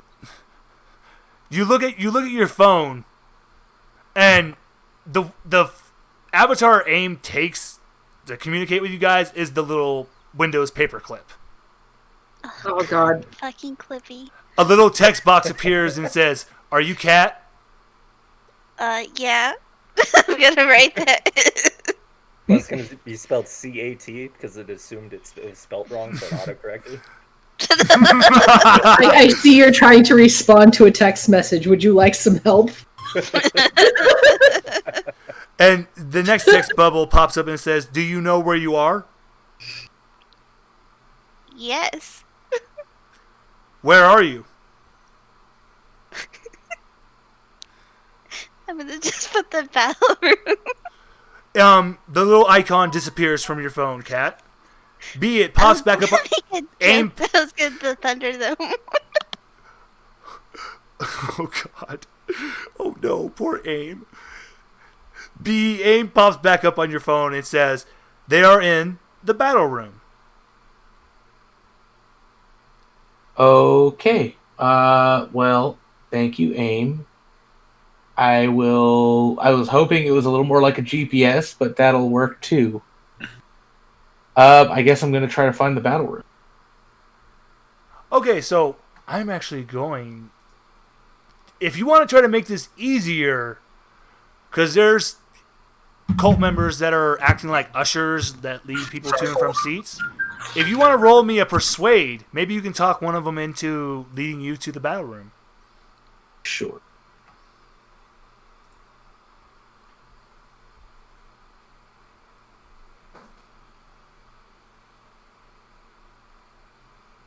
Oh, sorry, Max got a phone call. Oh no, because actually I have an offer for Max here in a second. Yeah, no, he's on the phone right now. Never mind, I will hold off on that. I feel like I have successfully persuaded. You have successfully persuaded this usher, and they look at you and they go, "Man, so you're a VIP combatant? Shit, let me lead you there myself." And he personally takes you to the battle room, tells the guard that you're a VIP combatant, and he goes, "This is such a great day. Hail, the Yellow King." Yep, hail. Oh my God! The leader, one of the other guard, looks at you and goes, and gives you a Iggy Pop knife. Nice. Look, if we're doing a David Bowie knife, we're doing an Iggy Pop. See, I was Stomach thinking popper. like Jojo Rabbit and just everyone bursts out the hills. Oh my God! Nice. Then, before your battle, the guard will be coming back and giving everybody else something too. B, you're in the battle room. You see Jen. Actually, I'm going to let Jen tell you what she's doing. What am I doing? Abram, what would you be doing? Because before that, Kat, you're sitting with Richard the Lionheart, and he's been telling you stories of how he built his kingdom at the beginning of all this, and all that they have to offer. Uh-huh. And he calls it Camelot. Well, of course he does. I don't know. I'm kind of interested in this story, so I think I'm kind of like listening in the background, just like, what the hell is he saying? Oh, if you were doing that, he's going to look to you and go, "Ho ho, young man, if you want to hear tales of my glory, then please pull up a seat." Ah, fuck. Okay. You're not getting away from this. Don't worry, I'm gonna get something with this. I have an idea. Oh, God damn it, Cat. Fine, you. He looks at you and goes, "You know, fair maiden, there is a seat on my round table open." Gross. God damn it, Jen! It's not like that! Is that what they're calling it nowadays? You have infected B. Even B is in on this now. I am drawing the line in the sand. It's like you don't know me.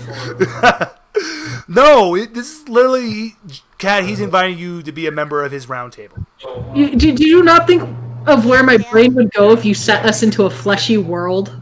I had a suspicion that you would, but I was just like, oh, she's going to be mad because it's not a chimera. So I got to make this awesome. You made it foreskin, bro.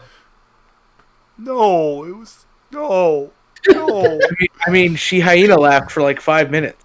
I know she did, but God damn it, man! I mean, technically, it's a 3-skin if it's 3 stories tall. You see, the sad part is I know Kat probably knows the mythos I'm referencing with the living planet and shit, and it's like, God damn it. Yeah, no, I know. I actually went deep into the lore to make this. No. It's much appreciated. It's just where did you think I was gonna go with it? I know.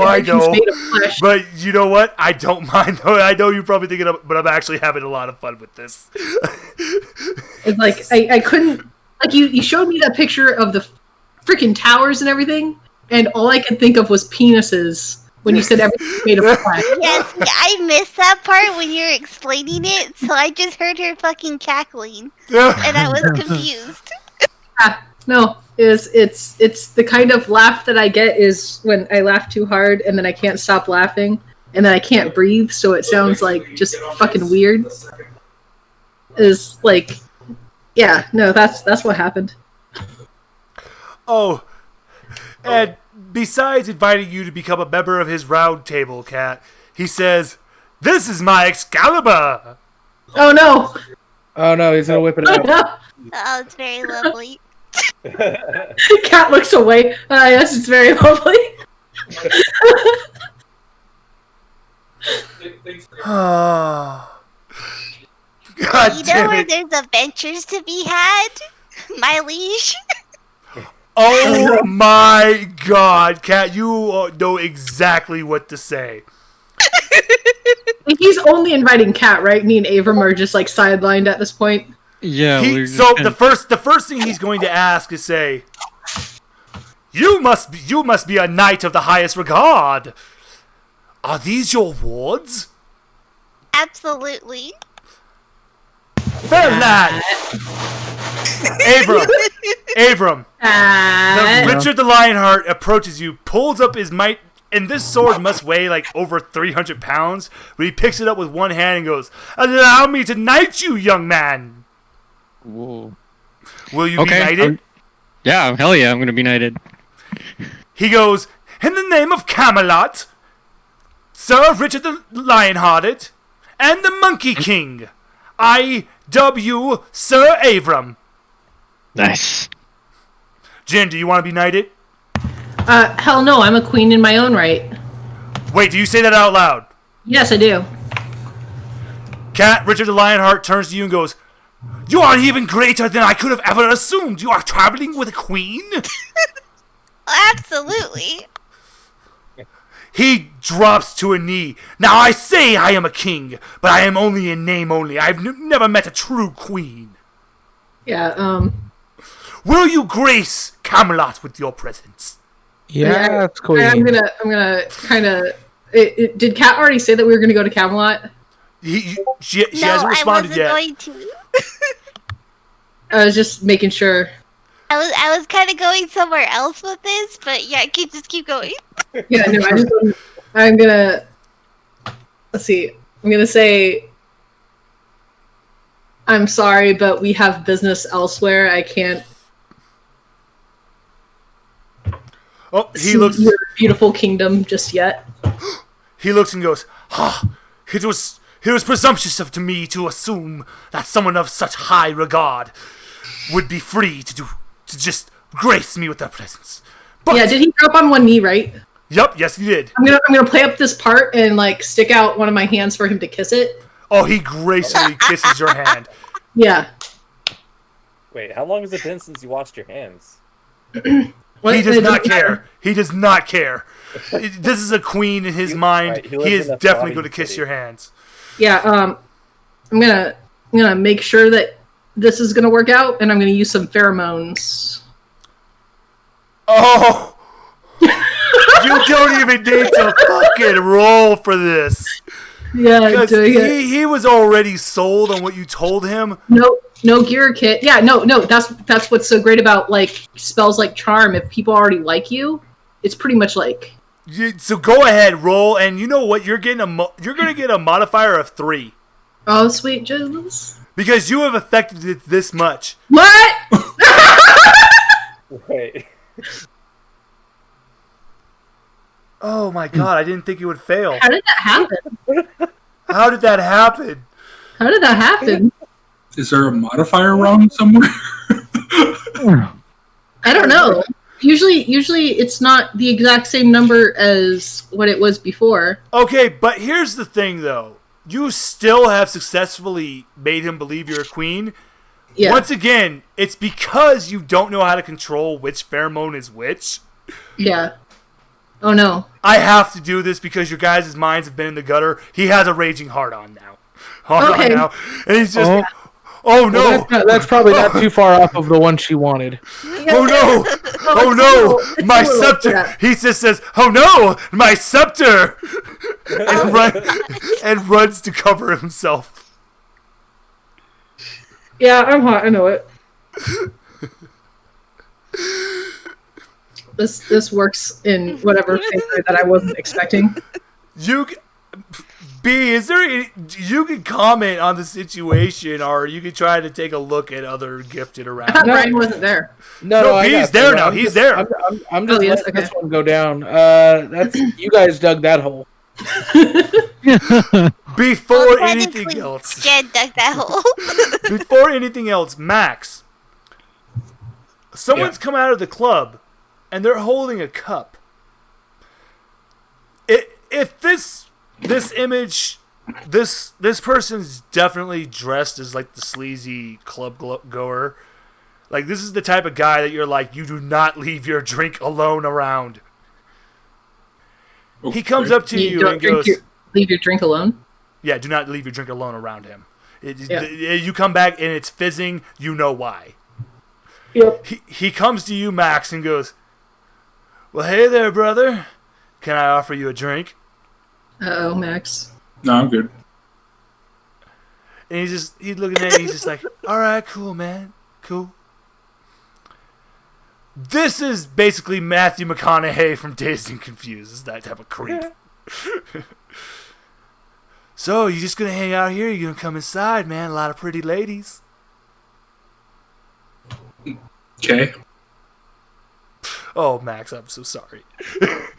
Max, give me a persuade thing. Roll me a persuade. Are you persuading him of anything? No, they're trying to get this guy away from him. I'm actually gonna let Max roll to get him away. I mean, I'm just saying, okay, like. Well, no. Just to see if you can try to convince him to try to abandon, like, trying to get you to go inside. Because if not, he's just going to still try to just awkwardly give you a drink and try to get you inside.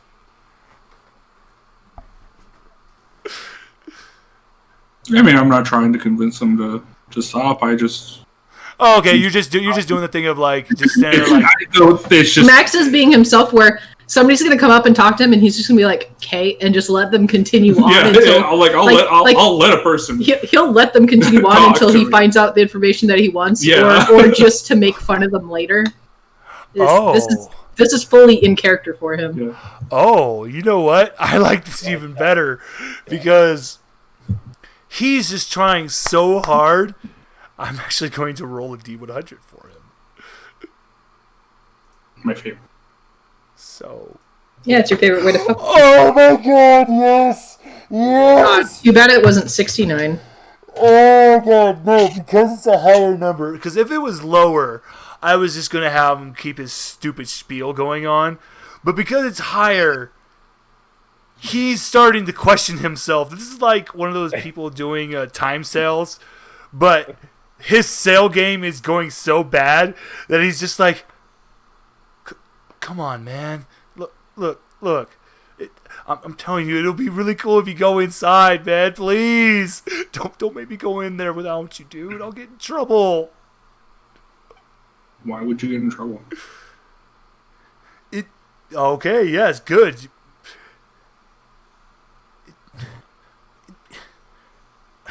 Fine.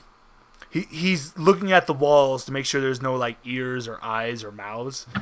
It's just, the alchemist told me to get you in there, man. Magnet. He wants you. Sorry, Jen. Sorry, hold on. Wire. Magnet. Oh. Anyways, continue. The alchemist wants you in there, man. He wants you to go. He wants you in. Why? Oh no. He just wants you to see how good life can be here. It's just a club. I've been to clubs before. Not one like this.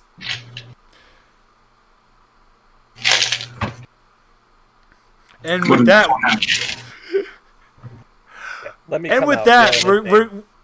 I was actually going to cut to you, Richard. When you're inside there, you're actually getting surrounded by girls with that creepy grin. And they're just trying to pull you to the back room. You can fight against them. As they do.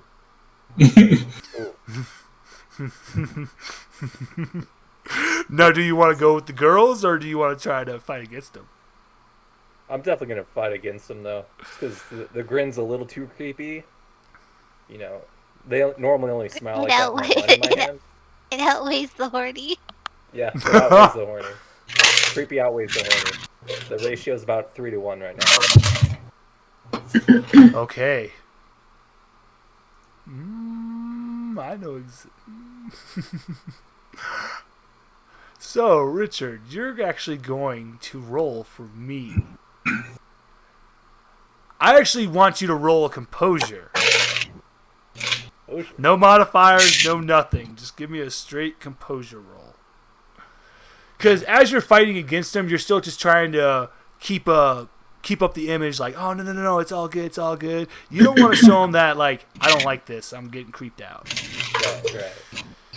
We're cool, but, maybe not right now. Alright, roll. We're cool, I'm not trying to get my dick wet. Yeah. Richard, you are going to break free from them, but immediately. You know the creepy Japanese doll that just has the eye holes and the mouth hole? Right. Their faces immediately become like that. It's just black abyss where their eyes and their mouths would be. Bro, we just met. God damn it. Can't be shoving your face holes. Yeah. Put your makeup back on, Jesus. Because you did say that, their faces are going to go back to the creepy smiles. Better. And one of them is going to reach for you. Are you going to back away? Yes. Okay. As you go to back away, and this is still going off of that composure roll, behind you is one of the avatars of the alchemist. Son, are you leaving so soon? What? This is all for you. What?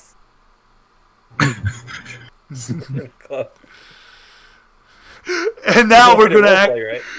Oh, wait. We're actually gonna go back to the battle room where all that nonsense is going on. B, AIM pops up on your phone. Oh, yes. And he's going to say, Richard, trouble. Does it autocorrect to trouble? Yeah. It's terribly misspelled. Okay. Is it spelled like treble? Yes, there we go. Treble. Well, I didn't mean to say autocorrect. It's like, is it just gonna be like a little later's trouble, like plus, what is it, asterisk? Yeah.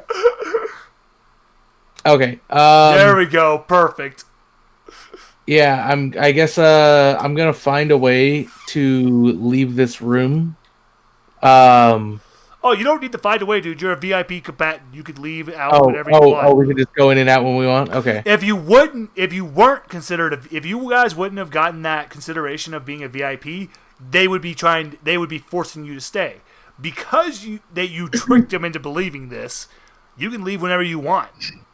Sure, I'm gonna just walk out and be like, you know what? I'll be back for a fight later. I gotta go handle something. The other guard looks at you and goes, "This battle's going to be amazing." Oh, it's totally gonna be great. Hail the alchemist. Hail Hydra. They're still going to. They're not going to hear the Hydra part. They're just going to heal the hail from you, Abram. And dude, you guys have gotten these guys on your side. They will believe anything they tell you. All right, so I'm gonna head for that club. You're going to see at Spider-Man web swinging speeds. Okay, perfect. You're going to actually see Max outside with this guy literally pleading to go inside the club. He's going to see you coming up, though.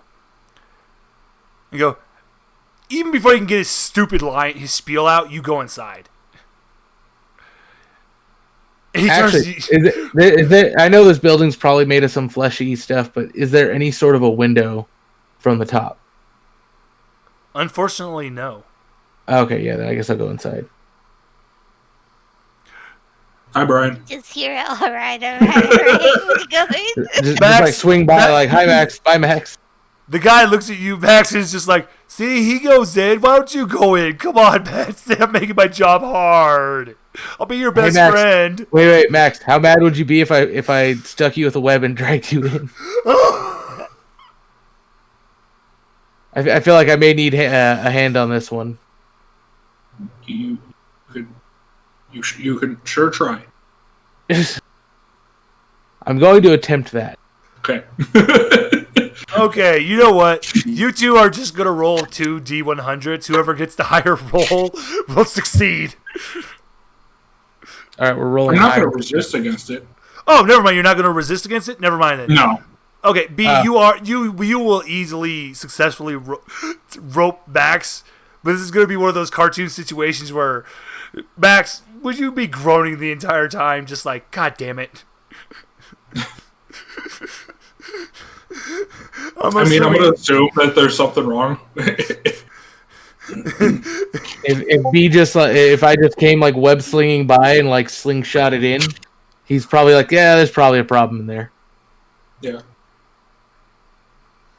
Okay, perfect.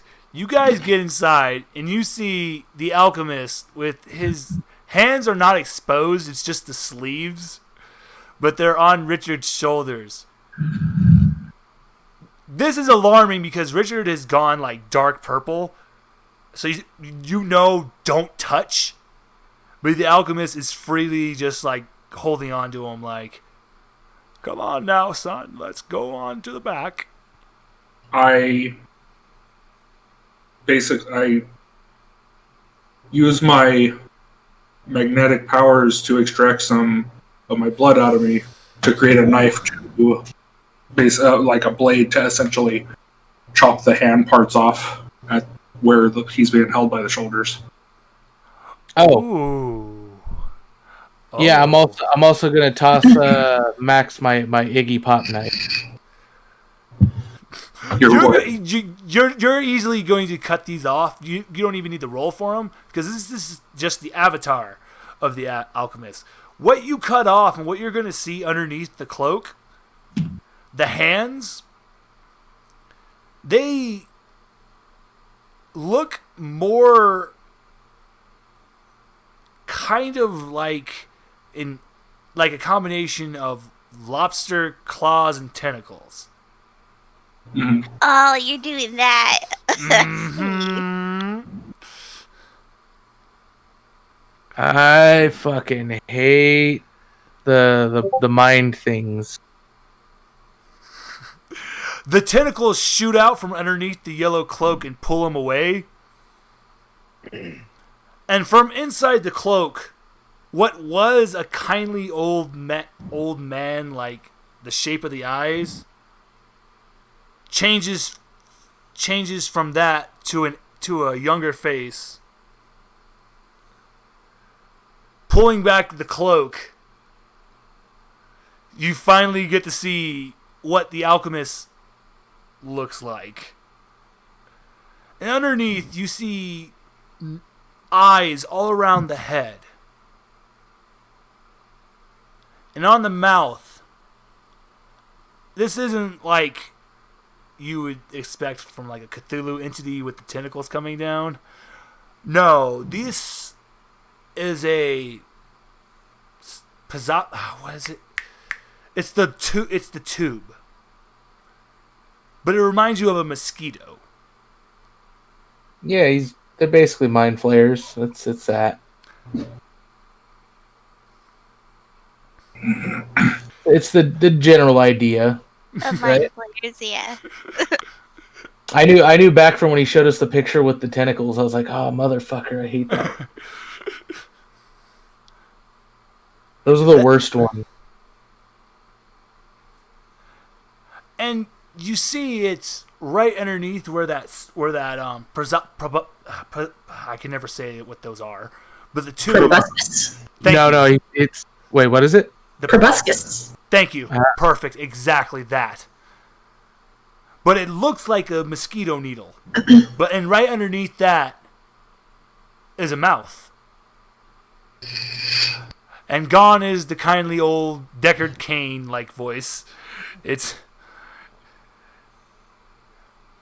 he's just, all you have to do is follow the rules. Why are you gifted always like this? What were the rules again? Hey, B. What's up? I'm curious. You said I could control my quills when they're removed, correct? Yes, I did. I am so glad you remembered, B. What would you like to do? I was just thinking about. Do you remember when I placed those quills inside those seats that I assume are also made of this material? Mm-hmm. So, I would like my quills to instead. It's going to sound horrible. I want them to penetrate this material and start looking for a heart. Oh, that's beautiful. Roll me your quills.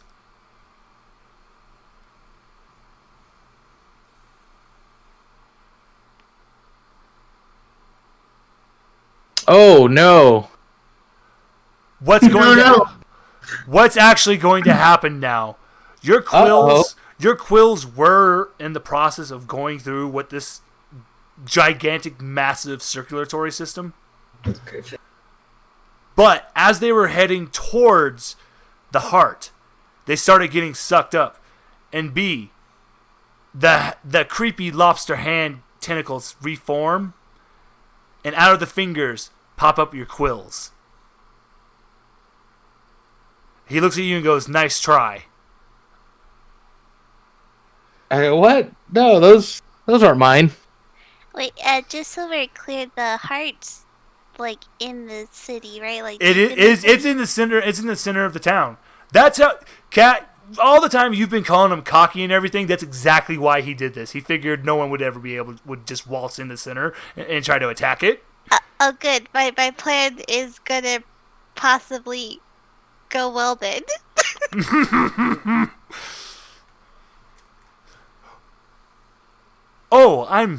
We're gonna flash over to Cat real quick. Richard Lionheart has finally gotten himself back under control, and he's going to ask you, Cat, are you by chance on a quest right now? Most certainly, my liege. Can I join you? Oh, certainly. After all, I know your favorite thing is crusade. Absolutely. And you know what? Your enemy, Saladin, is in the heart of the city. Richard the Lionheart is taking off, and he's just fucking destroyed. He's taking off out the door. You hear the guards going, "Oh shit, stop him!" Let me roll real quick. Yeah, emotional. One of the guard heads flies through the door.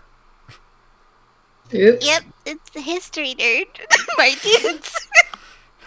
You just hear him going through town. He is just attacking. Huzzah! Cat, should we follow him? Adventure. Huzzah! Max, you just see this big-ass lion with a massive metal sword thing charge by you. Just scream that. Adventure! Huzzah! Hey, Cat, do you have praying mantis wings? I do have wings, thank you for asking. Oh. Cat has so much more than just regular wings. Yeah, I don't want to use that yet, but I do have a plan for that as well. Oh no, I was hoping that you'd have enough strength to carry me upon your wings. Actually, the person who does have wings is dealing with the alchemist at the moment. The avatar right now. No, I was hoping Cat could carry me and then drop me down on the but business. There is someone you can ask you who can get you there really quick. Avram. Oh, yeah. If you want, you can get all three of you outside in the blink of an eye. Oh, yeah, let's do it. I got some cat-like reflexes. Mm-hmm. So, responding to that, I want you just to roll me your feline reflexes with a modifier of 2. Okay, so let's see. Roll feline and... Oh, yes! This works perfect. Nice. So what happens is, this goes just like with Quicksilver for you, Abram. You watch, it looks like the Richard Lionheart's just calmly walking out, but to everyone else, he going really super fast. You look over at Kat and Jin, you turn to the door, you guys are out, all three of you are outside. Jen and Kat, your guys' hair is like wind blown back. All puffy. Well, I mean, it's not much, so. My hair doesn't actually get that puffy. My hair's just straight. Mine does, but mine's also really short right now. Oh, and this entire time, Beetzelbug actually is going to... Beetzelbub. Sorry, I thought it was Beetzelbug. No. Beetzelbub was on your back this entire time. Don't worry, he got safely outside. But because of what he's seen going on, he takes off behind Richard the Lionheart. And the whole way just going, meh, meh, meh, meh. And he looks to you and goes, "My queen, I see you have a noble beast. I will protect him with my life." Yep, he's my baby. He runs over to Beelzebub, putting him on top of his own head, goes and charges off again. Wait, that's putting him in danger. That beetle is in the greatest, most safe place right now. Yeah, that sword's flying everywhere but near his head. Yeah, I'm just gonna reach out in the direction, go, my baby! Oh, God damn it.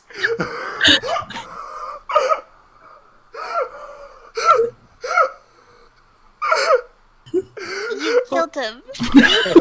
No, what makes it worse is because I was going to do this. Because in the midst of the Lion King's charging and slashing, a man wheeling a cabbage cart comes out. It gets destroyed. Yep. It just goes, my cabbages. But Jin did it better. Oh, God. Yup. Yup. Oh. Okay. Give us a second. Oh, no, you're good. I'm actually just going to paint the image for Cat and Jen. Now, you don't see anybody else outside. You just see the awning for the nightclub with the lights. You can either go after the Lionheart or go into the nightclub.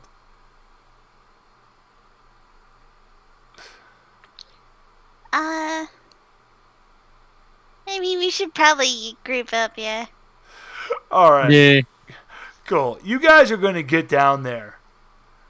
What was all the club patrons have all been absorbed. Even the band has. Everyone is gone. The only person there is still just Bill Clinton on the stage, and he's just, maybe this isn't the right place for me. I'm gonna leave now. Y'all have a good day. And he just calmly walks out. Bill's on the lookout for an Oval Office. But the club was full of people, but they're all gone. They all got absorbed by the ground. And with this, you're going to learn the most horrible secret of Carcosa. Yes, they're safe, but they're not even really technically them anymore. Because as Max figured it out in the chat a long time ago, he's not absorbing the fusing gifteds, he's fusing the humans with himself. Yep. And he can't do that to the gifted. So which is why he tries to create a paradise to where you guys will leave him alone. Nah. It's a fucking mockery to, like, Elder God nerds.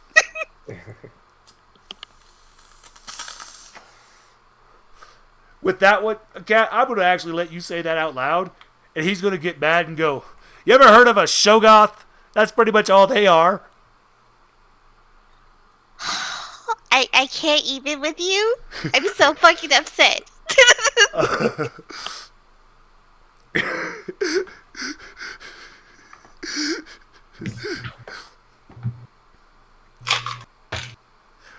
It's like you guys are ruining everything. I had everything all set here in Carcosa. Yeah, where's my baby? Don't worry, baby is safe with Richard the Lionheart. We flash forward to Richard the Lionheart. Beelzebub is on top of his head, triumphantly just going, Meh! Richard has successfully destroyed the town square. He's taken down the statue. He is teabagging it. Was he naturally? As one does, yes. Was he one of those guys that played like Halo and Modern Warfare? Oh, he was a Mordhau fan. Yep, I figured that was gonna be the thing. He was a massive Mordhau player. So does he do that thing where like he crouches down, like lifts his arms and goes in circles? Yes. And you know what else he also does? Have a little loot. So in the midst of his chaos, he puts his sword on his back and just goes around playing it, going, "You cannot kill the bard." Do do do do do do do do do do do do do do. Yes, what uncouth actions for a king to take. You are not watching, so he does not have to worry about this at the moment. Fast forward back to the club, on the other hand. The avatar for the alchemist is just, why? It's like I had everything planned out so fucking perfect. But now you just made this like that shitty episode of Full Metal Alchemist and I'm the goddamn priest. How dare you? Well, you're the one that made it weird.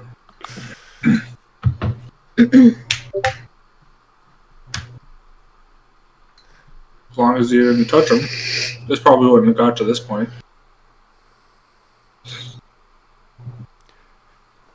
It's like he actually just starts laughing and goes, haven't we already proven the point that that mankind is dumb and that we can't even trust them? It's like, I know what you are. Don't you even dare try to have the nerve and say that you're fucking human. You're as far from human as anything possible. Yeah, good say I've heard his speech before. It's like, yes, I'm going to say it. We are better than them. This is specifically for Brian, but it's like, what, you're going to call them ephemerals now?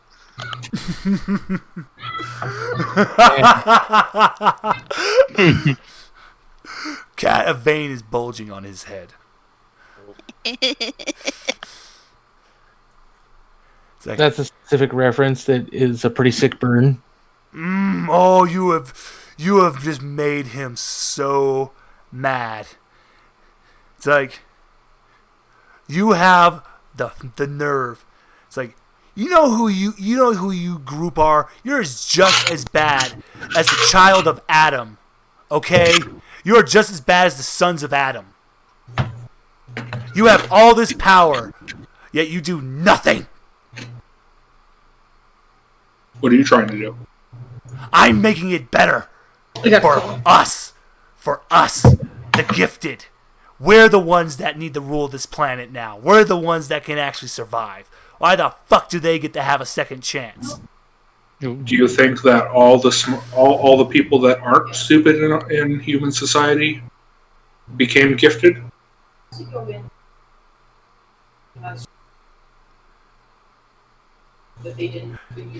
It's like working at one job and then like thinking that a different job is going to be better because that job doesn't have idiots. And you know what? That is such a beautiful point. That the actual other side of Haster is going to actually appear from the brain and go, can't you listen to them? Your idea that to combat evil with another evil is not a viable option. That's why that is cartoon, that is comic book logic. It takes kindness. It takes working together. It's like we need to stop, and with what that is, we need to go away. The other Haster looks and just goes, "Nah, we ain't doing that." It absorbs the other one into him. It's like you can come at me with all the logic that you think. Yes, there are people who are going to die. Not everyone became gifted. Not everyone ate a worm. But guess what? Sometimes there's a necessary evil, and I'm that. No, you're just a man pretending to be bigger than you actually are. Cat, you have wounded him again. Damn. Burn. He lets out a scream. He's just so frustrated. He disappears. You can assume he's going back to the center of the town. Yes. What do you want to do? I mean, I guess we should go there. Yeah, I mean, you gotta kill that heart, boys. Let's do it. Well, I was going to have a bunch of like cult members and everything when this happened, like invade towns. No, none of that's happening because Richard the Lionheart has just caused so much chaos. When all those spells break up the Crusades. You're just hearing in the distance, huzzah!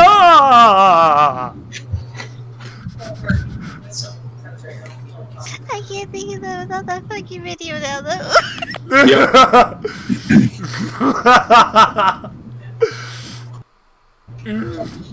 So you are... I am going to say you're going to reach the town square. Well, not the town square. You're going to reach what essentially... Yes, he tried to make it look like the Taj Mahal as much as possible. That's how big his ego is. But because of Richard the Lionheart, he's too distracted because he would have tried to make some distractions for you, but nope. He's just too goddamn distracted with that jackass destroying his city.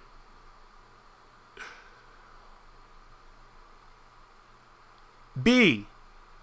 Yes. You're going to notice a shadow covering the group. Is it Rom? Oh, you beat me to it. Yes, you're going to look in the sky. You see the giant crow is flying. What's my homeboy Rom up to? You're actually going to see this. There's something is writing on his head. What does it spell? Well, it was a person. It just jumped off. Oh, not writing, just writing. Yeah, it sounds like writing. Oh, my bad. No, that's why I said, what does it spell? So,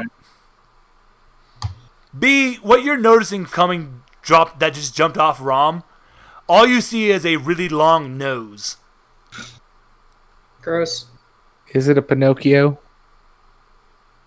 Is it a bad Pinocchio? Okay, I will add one other little thing. You notice wooden sandals. Now it's a bad Pinocchio. You've noticed those trademark wooden clog samurai Okay. clogs. That's what you see. Samurai Jack. It's a guy in a goblin mask. It's the only samurai that exists. Oh. It's the Tengu. It's the Tengu, B. Yeah, a goblin mask. Oh, yeah. There we go. So right now, it is currently on its way, progressing, descending towards you, guy. I'm trying to remember the name of that one guy. And like the way he's falling down. Have you ever seen the anime Blood Lad? That's kind of like how he's descending. He just has his arms crossed and he's just falling straight down with his feet towards the earth. Oh, he's going for a superhero landing. Oh, even better. Oh, wow. You guys are outside the heart building. And right in front of you crashes down, wearing some beautiful, old school Japanese fisherman pants, wooden clogs, and has a rice farmer hat on. You just notice the long nose. He introduces himself. Maybe. He introduces himself. He just calls himself Tengu. And points down to the ground and says, "Bad." Cool. Good job. Points to you guys and says, "Help." Yep. Getting there. Indeed. It runs in there. Alright, guys. You are now inside the heart. You have made it inside the heart chamber. All around you are mouths just screaming, "Go away, go away. How about we make a deal?" As much as imitation plates of of just stuff keep appearing around you guys. And you finally get to the heart chamber.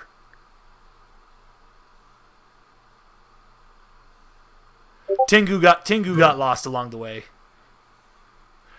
He's got a worse sense of direction than Max. I think he actually ran outside. So, according to you, Max now has a good sense of direction.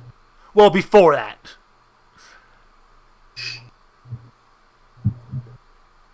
Yeah, I would think Max has the best sense of direction. He could feel the Earth magnetic pull.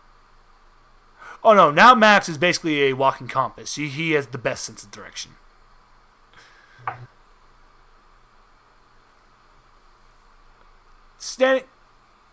He was planning to try to fight you guys, but Haster now is in front of you. He's coming out of the ground. This is his best, the true avatar. So you damage this one, he gonna feel it. And he's just, let me try something else here. What do I need you to do to keep you guys from doing whatever you're about to do?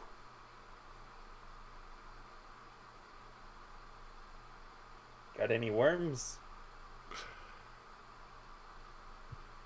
What is that going to help us anymore?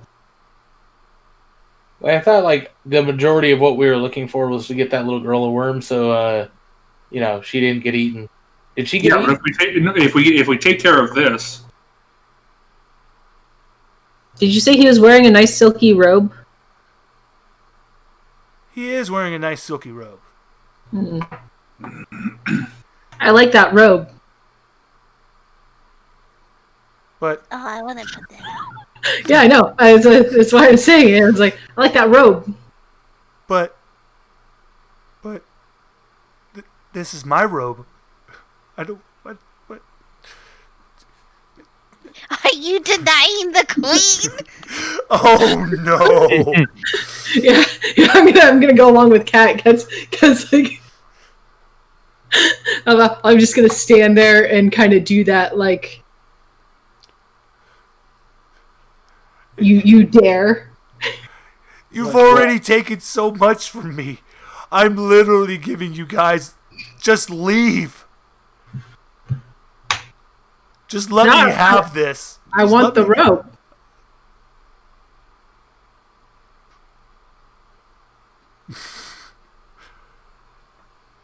Hypothetically. So this Cthulhu thing is just another gifting. So the Cthulhu, what you guys are actually on, this Carcosa, the land that you've all been on, is just a piece of Cthulhu. He, instead of becoming a gifted by eating a worm, he got absorbed by a piece of Cthulhu. Okay. And so Haster is the problem, or? Oh, he's definitely the problem. Yeah. Is he the person that's the avatar problem? Or the person? For right now, this incarnation of Cthulhu that you're on and facing, everything is connected to him, to this heart. So is the heart Cthulhu's? Not Cthulhu's, no. This is just Haster's. He's just living as a piece of Cthulhu. He does have a, so, do you want to ask him anything? I'm asking him for the robe. Besides the robe, is Max basically asking him, are you basically kind of asking him what is his goal? So he has two personalities, right? Yes. There's still the human inside of him that just is like, dude, we need to die. This is basically just what you're talking to is just the self-aware piece of Cthulhu. It basically did budding. It burst a little burst a new piece of itself and shot off a bunch of it. No, okay, so the original person like wants death. Yes, okay, he wants death. There's nothing that you like. There's nothing that I want from you that isn't gonna stop me from taking care of what someone wants from themselves. What? I get exactly what you mean. You're not gonna. The person wants to die. The not egotistical one. Yeah. So I'm gonna mercy kill him because that's what he wants. Yeah, give me a robe. Why my robe? Why? Why is the robe with you? Because I want. Oh! Kat, would you like to start doing that? I would, yes, please. Everyone, you immediately just start hearing this.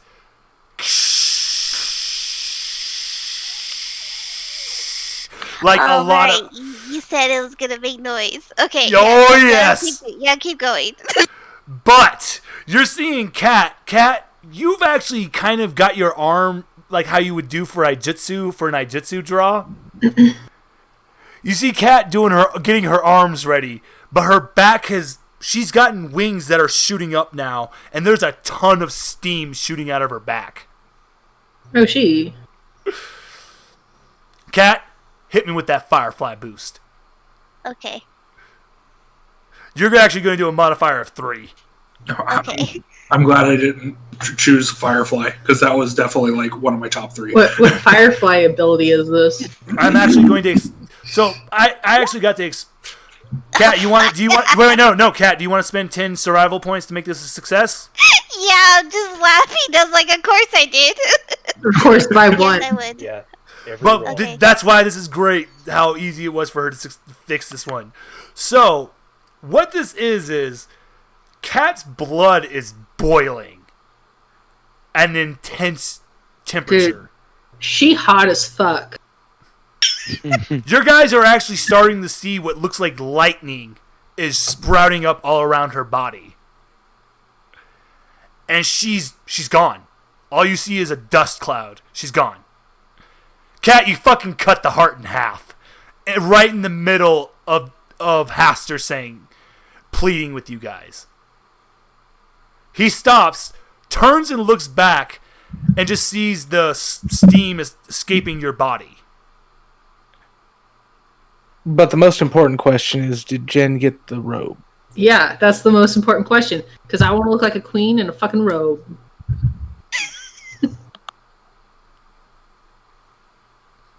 Yes, Jen is going to get the robe. What happens is... That's right. The Haster looks at you all and just says, I don't want to go. And disappears. Don't you fucking use that dark magic on me.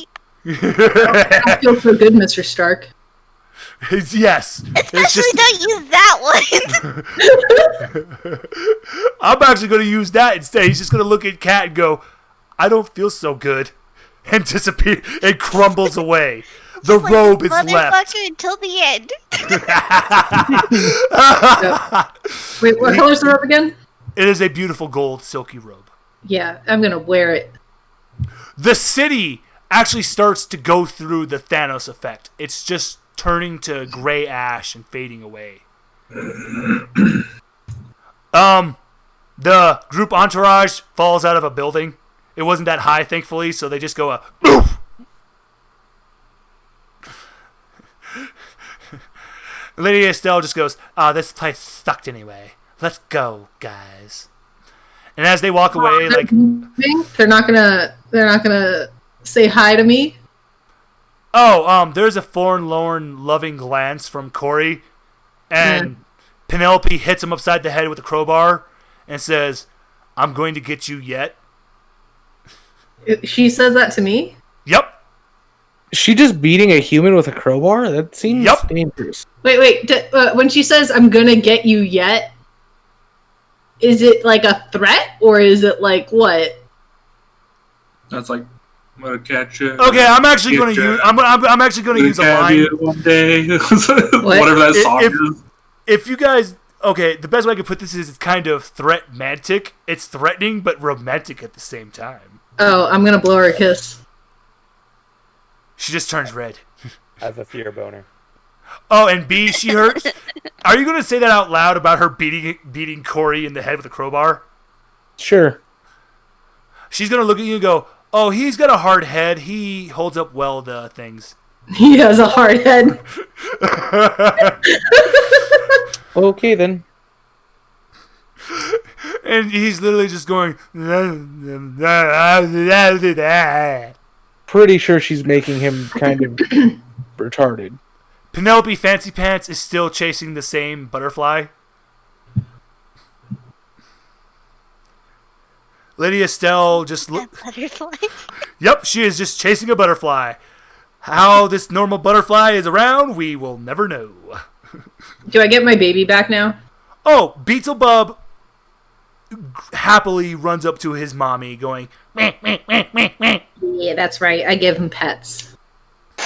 You see he has a little gold crown on his head. I love it so much. Oh. Wait, wouldn't the butterfly be like 4 times its size? That's actually the mystery. Why is this a normal butterfly? Why is this around? That's part of the strange mystery of Penelope Fancy Pants. Wait, is she... What color is her hair? It is black. Okay, never mind. Be covered in a yellow dust? I almost thought she might be delirium. Nope, she is just... She's just going, chasing the butterfly. Have you read Sandman? Yes, I have. I know who you're talking about. Okay. No. It's not delirium.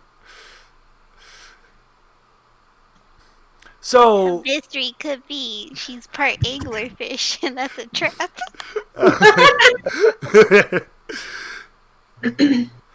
Lady Estelle looks at you guys and is just... Maybe we'll see you somewhere else. It's like, this place sucked anyway. Maybe it's for the better. I'm gonna give her a wink. Instead of turning red, she turns a shade of blue. Oh, that's cute. I say that out loud. Oh, that's cute. She turns even more blue. Yes, girl. Work it. Now, Richard the Lionheart has finally come running from all the ash. And he looks at Beelzebub, bows down to both of you, but specifically to Beelzebub, and he goes, "My queen, he is truly the most fierce battle beast I have ever seen. Truly, you have trained him well." Yeah, I did. Just Beelzebub just looks at you and just goes, meh, meh, meh, meh, meh. Yeah, I give him some pets, and then I just to reinstill this, I'm gonna hold out my hand again since he's bowing and shit, and I'll let him kiss it one more time. He kisses your hand. He looks at Max, and he goes, "Is this your king?" Yeah. "My lord, my name is Richard. If you ever need me, I swear I will come a-running." And this guy is an idiot. He literally believes that if you call out his name, he should be able to hear you. Okay. He looks at you all, gives you a mighty bow. I was about to make an excuse for Max, and I was going to be like, sorry, he's a bit stoic. Oh no, he just looks at Max and goes, "Truly, you are the greatest of rulers. It's like, a great ruler does not need to say words. I should learn this from you." He looks at Kat, does what he called the warrior's greeting, which is just a fist bump. Yep. Does a fist bump to Avram. Yeah. Fist bump. And then he runs off, yelling, "Huzzah!" Then You think you forgot about Prince John? Oh, he's going to go take care of some business. You just hear off in the distance, Jen, "I'm coming for you, John!"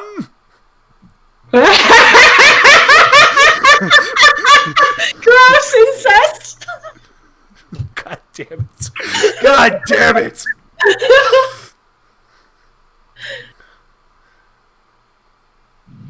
He had to take care of his boner somehow. I'm not even going to dignify that. I see this as a net win for me, at least, because I got a cool gold silk robe. And Yes. my little beetle boy got a little crown for some reason. Well, Curious. Does that robe, was it made of the same material that like faded away when he died? that was actually, this one time, this was the only non-organic thing. So he was forming himself, but not this robe. He would like form himself inside the robe. That's cool. Hey babe, how do you like my robe? The Tengu comes out of his giant pile of Max dishes. just like made a face and like just like lifted his shoulders. B, the Tengu approaches you, and the shadow is above you now of Ram again. The Tengu Okay. looks at you, points at Ram, and goes, points at you, kind of motioning for you all. Need ride, point sky, and then he does one of those superhero leaps into the sky. So we just point at the sky and Rom comes a flapping? Essentially, the idea that you're getting is point to the sky, yell out Ram, and Ram's a coming for you. Alright, so we can ride the eagle to Mordor. Yes, you'll give you travel all around the world. Oh, that's cool. We've From unlocked anywhere, fast whenever we want to yell out his name. Yep. That's cool. Cool. So like if I don't want to go to the market down the street, I can call Rom and be like, "Yo, take me down there." Can we just stick up our thumb? It's Bird Uber. Technically, that is one of your fingers. So if you stick out your thumb and yell Ram, Ram is coming. It's Boober. Oh God damn it! God damn you! Yeah, Damn yeah. you, Richard! Damn you! I used to watch that show.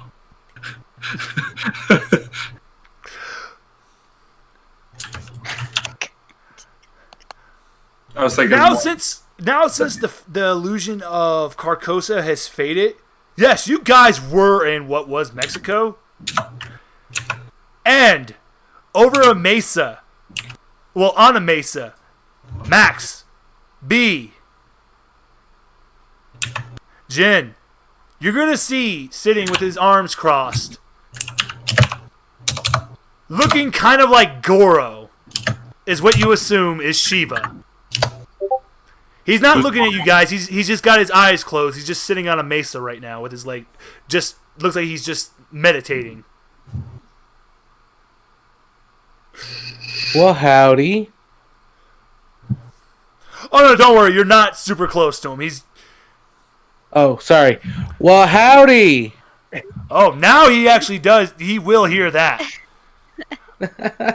You see off in the distance, Shiva stands up, leaps up into the air, and now he's in the middle of all your guys' group.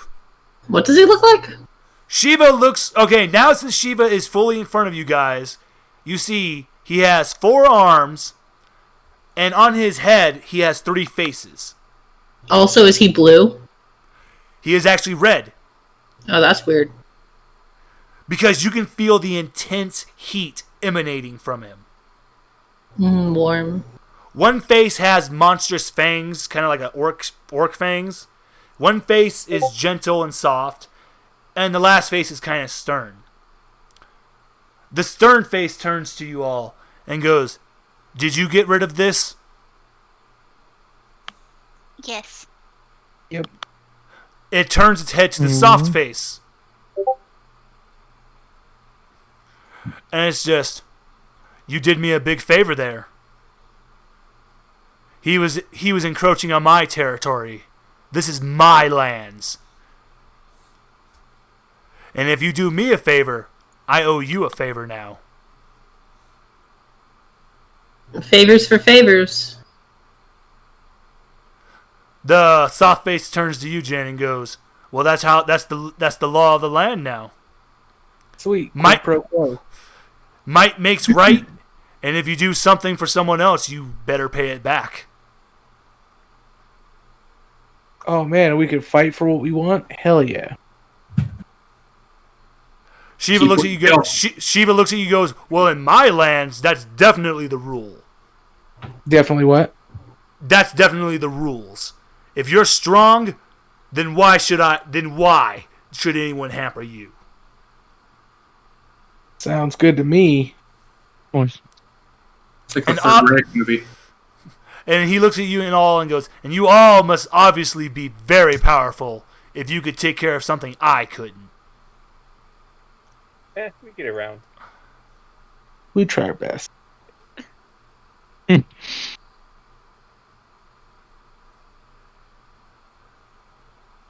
Actually, Shiva is all four of his hands go to his chin. He's just rubbing it.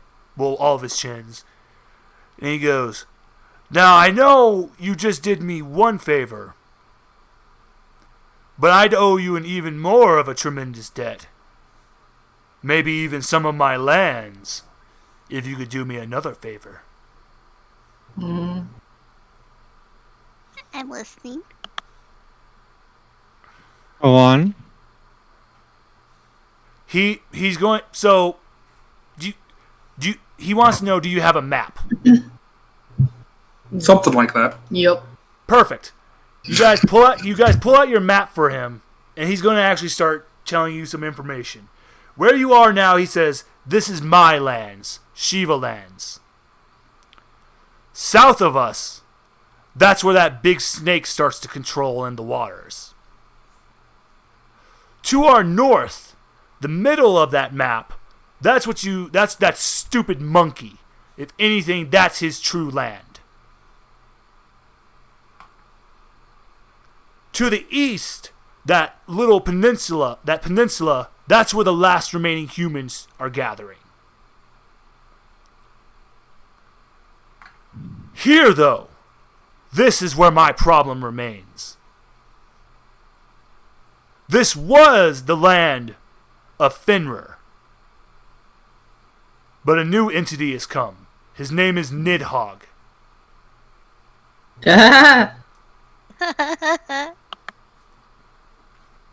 Isn't Nidhogg like another all-consuming thing? Yes, it is. Nidhogg is the dragon that descends in the afterlife of Norse mythology and eats the shameful dead. Yeah. Yeah. I also fought Nidhogg in Final Fantasy. Yeah, I knew where you were getting that, Jay. I only know Nidhogg because of the game Nidhogg and Nidhogg 2. So, Shiva goes, "My master is Fenrir. We serve the serpent. That stupid horse is trying to increed on this land with his warrior Nidhogg. Fucking hate horses. Nidhogg. So he tells you Nidhogg is Sleipnir's duke. We would consider it's like Fenrir would even consider this a great debt if you can rid us of Nidhogg." Oh, well, you see, I would like to get to know Fenrir better, so I'm all for this. And I can guarantee you, the doggies will forever protect you for doing this. Oh, let's do it. Yeah. So, He's actually going to update your map and give you a location of where you're going to need to go and a contact to talk to. And that'll give you the information about Nidhogg. From what he knows, Nidhogg looks best described of what a dragon is. He just doesn't breathe fire.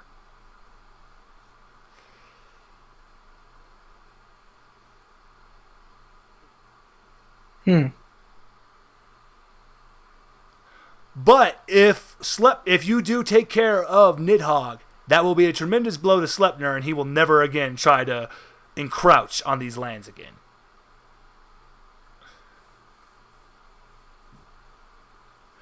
And he already tried to have the weebs. He tells you about how he tried to send a bunch of nerds to go take care of Nidhogg, and they got wiped out. Yeah, sounds about right. Yeah, I mean, I see that go.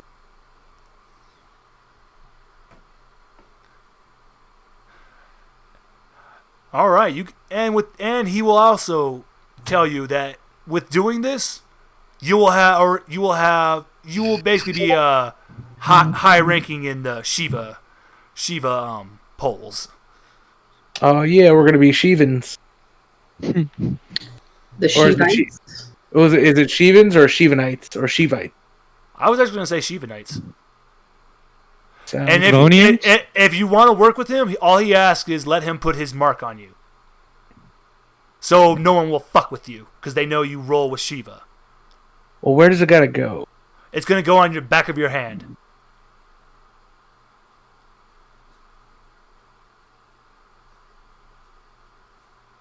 What's the mark look like? Yeah, So what it is he'll explain is he's just going to take his finger and poke the back of your hand. But because of the extreme heat that exudes from him, it leaves a little red mark. Oh, okay, I see where you're getting at. Yeah, that's fine. Alrighty, he's going to mark you all with the mark of Shiva. We are one with Shiva. Damn right you are. With this mark now, anybody that is a faction of either Fenrir, Jormungandr, or Shiva will accept you and help you and protect you and provide you with shelter.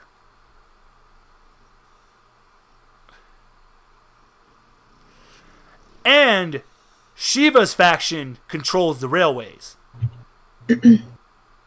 So you are going to get to go riding the Shiva Express. Well, okay then. You don't have to if you don't want to. I was doing the little face at the bottom there, and then I'll just bullet train myself everywhere. Well, look, some of us can only web swing. That only goes so fast. I'm super fast, so I can just I mean, I run. can carry you. That would be like riding on the back of a bike, like with somebody else. Max could carry me.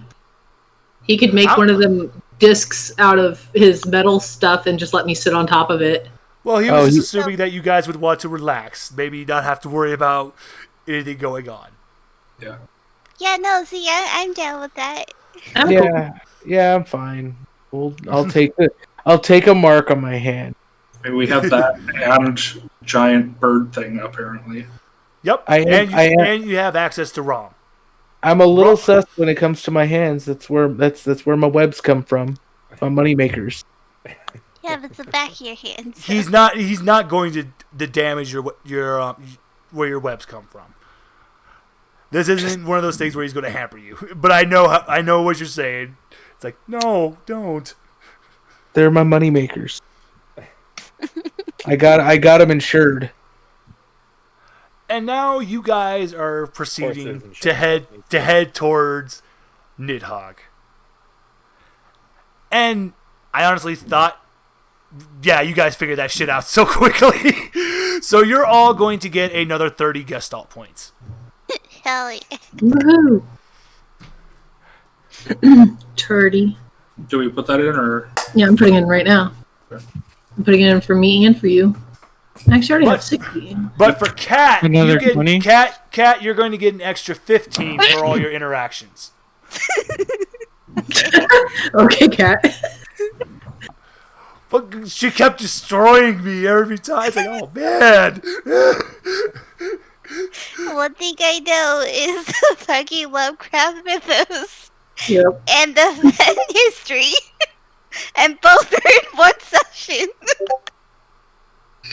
I don't care. I'm gonna grab a hold of this queen identity that I've made for myself and hold on to it. Oh, that does matter, because if you guys ever do make your way to Richard's Camelot, you are a king. Max, you are a king to him, and Jin, you are a queen. Oh, did I not introduce Max properly? Oh, you introduced him as a king. He thinks he's a king. Oh, I meant to introduce him as my king consort. Oh no, he just thinks he's a king. Yeah, well, no. Yeah, that wouldn't be your Abram, king. That would be your queen. Abram, you're actually an official knight of his kingdom. So No, because you'll I'm enjoy those perks. No. You're the queen, and he's your consort. Yeah, so he'd be a king consort. No. Consort. Yeah, the other way around. Oh, okay, never mind. Yeah. He is the consort of the queen, not. Otherwise, you're calling him a king, and you're saying you're the consort. Yeah. No, it's his title. Yeah, he's the queen's consort. Yeah. Oh, and the only other last update I need to give you guys. Deep in the Earth's core, a big mass of green is trembling in anger. Cthulhu is still around. Oh well, I guess I can't retcon that. And now he's just, the only thing he's doing is planning. So Cthulhu's quivering is what you're saying. Yes. God damn it!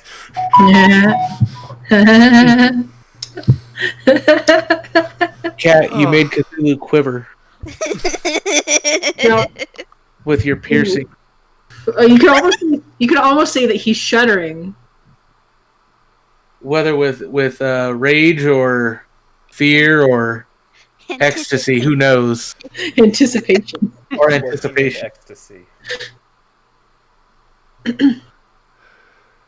Oh my goodness. And I got one last... Actually, I do have one more update. This one's for Richard. Richard, your friends that I told you about in Little Italy are messaging you. I will update you in a private message for that. Okay. And with that, the session is over. Oh, God. Oh, my God. I am still just like, what am I going to title this one? This is the most sexually just innuendoed thing Throb ever. City. It is the oh my. Oops, Throb did I accidentally crusade? And Cat created a crusade. Since we got, I'd just like to ask, since we got Gestalt points, Yes. would I be able to spend 40 of them to boost my willpower up to 40? Yes, you may. Okay. Because that's 5 per each until 40, which is I only need 8. Oh, and yep, cut, print, that's it, sold. It's Throb City. That's perfect. What? Okay.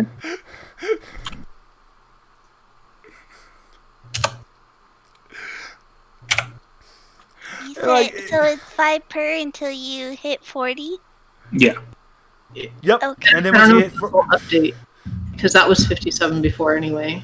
Oh, I'm just checking. By the way, was it? It was just Gestalt points at the end of the session, right? No competence or survival. No, those will actually just revert back to normal our next. Oh, do I still have an injury? Your injury is healed now, fully healed. Cool. You may take that off your tab. Also, I didn't see any of my specialties update after I updated the willpower, so... Oh, shit. It didn't show on the screen? I'll make sure those are all updated. Okay. So, now... Oh! I almost forgot about Amelia. Yeah, I was about to ask you about that. She's actually still following you guys. I figured. This is one of those awkward anime girl follows where she's like she hides behind something and looks out at you guys like I just can't quit this group. Why can't I quit here? Why can't I quit them? I'm just gonna let you know beforehand because I'm just boosting stuff. I did have 126 points. I'm bringing it down to 46 to bring my stats to 40. Oh, that's what I'm talking about. Do it to it. Yeah, I brought strength, perception, and willpower all up to 40, and I'm down to 30 points. Nice. And you guys will always have your survival and competence points will always reset back to what they were at the beginning of each session. So 20, 25.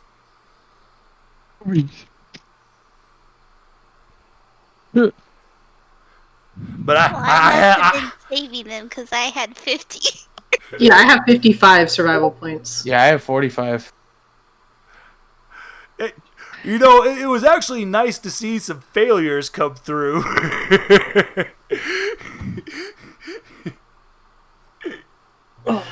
I looked at that fucking one, like just one away. Oh. So really good. This was a good one, guys. And for this next one, B, you're really gonna love it. You're gonna really love this next one. Go on. Let's just. Wait. Since I got Queen Bee powers, does that mean I also have wings now too? No. Your wings are growing in; they're not fully formed. Okay, cool. That's with time. I want to buzz birds around. That will be with time. Cool. B, my inspiration for Nidhogg. Let's just say it's a certain WoW character. So the people that have adopted fauna abilities, yes, do they recover better in? Oh, your injuries recover way quicker than anybody else's. You and Richard, because you're exactly. That's why, like for you, if it would have been your ankle, you would have been healed right then and there.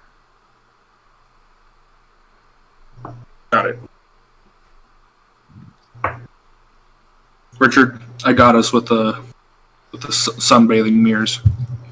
Nice. We are now gods.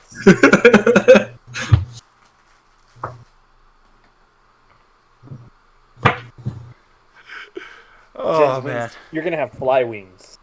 What? I'm gonna have bee wings. Yeah, you're gonna have fly wings. You're not gonna have cool wasp wings like me. It won't be the same style of wasp wing. Wasp wings hers would be more on style of a bumblebee. Yeah. Yeah. Puny. What?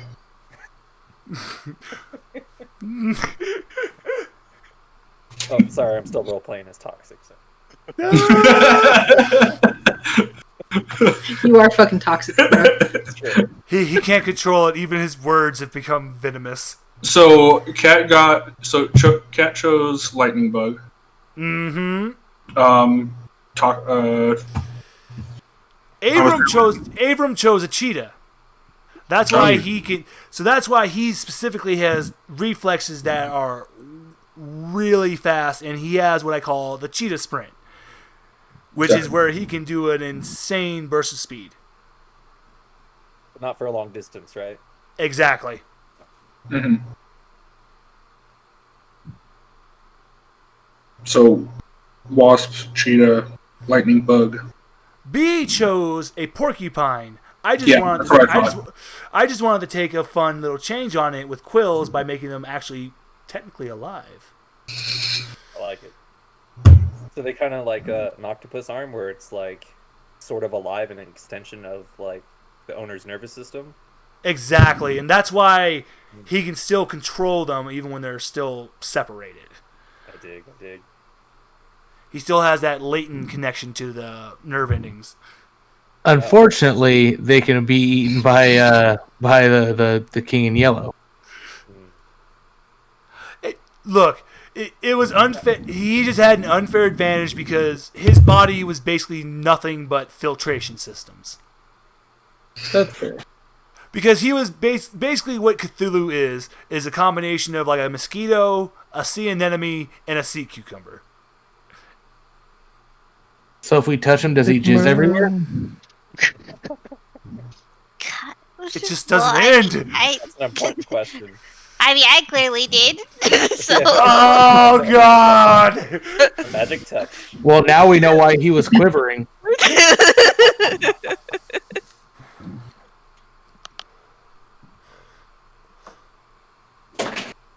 Ooh. Okay, so we done? Yep. What We're time all is it? dead, guys. Yeah. I gotta bounce. Alrighty, guys. So everyone have a good night. Bye, y'all. Good night. Night. See ya. Night. Later. Hi, guys. Fly out. Oh my goodness. And that's what happens when you touch a sea cucumber. Yeah. God damn it. You guys have a good one. All right, I'll probably be on Outriders a little bit later. Oh, nice. I'll meet you on there then. Yeah, probably like an hour maybe. Go grab dinner. All right, sounds good, dude. I'll see you then. Right, I'm in a dungeon, but I will. If you need me for anything, just let me know. I was gonna have you go grab dinner. Oh, okay. Well. Well, Alright, dude. I'll see you then. All right, see you in a little bit. Yep. All right.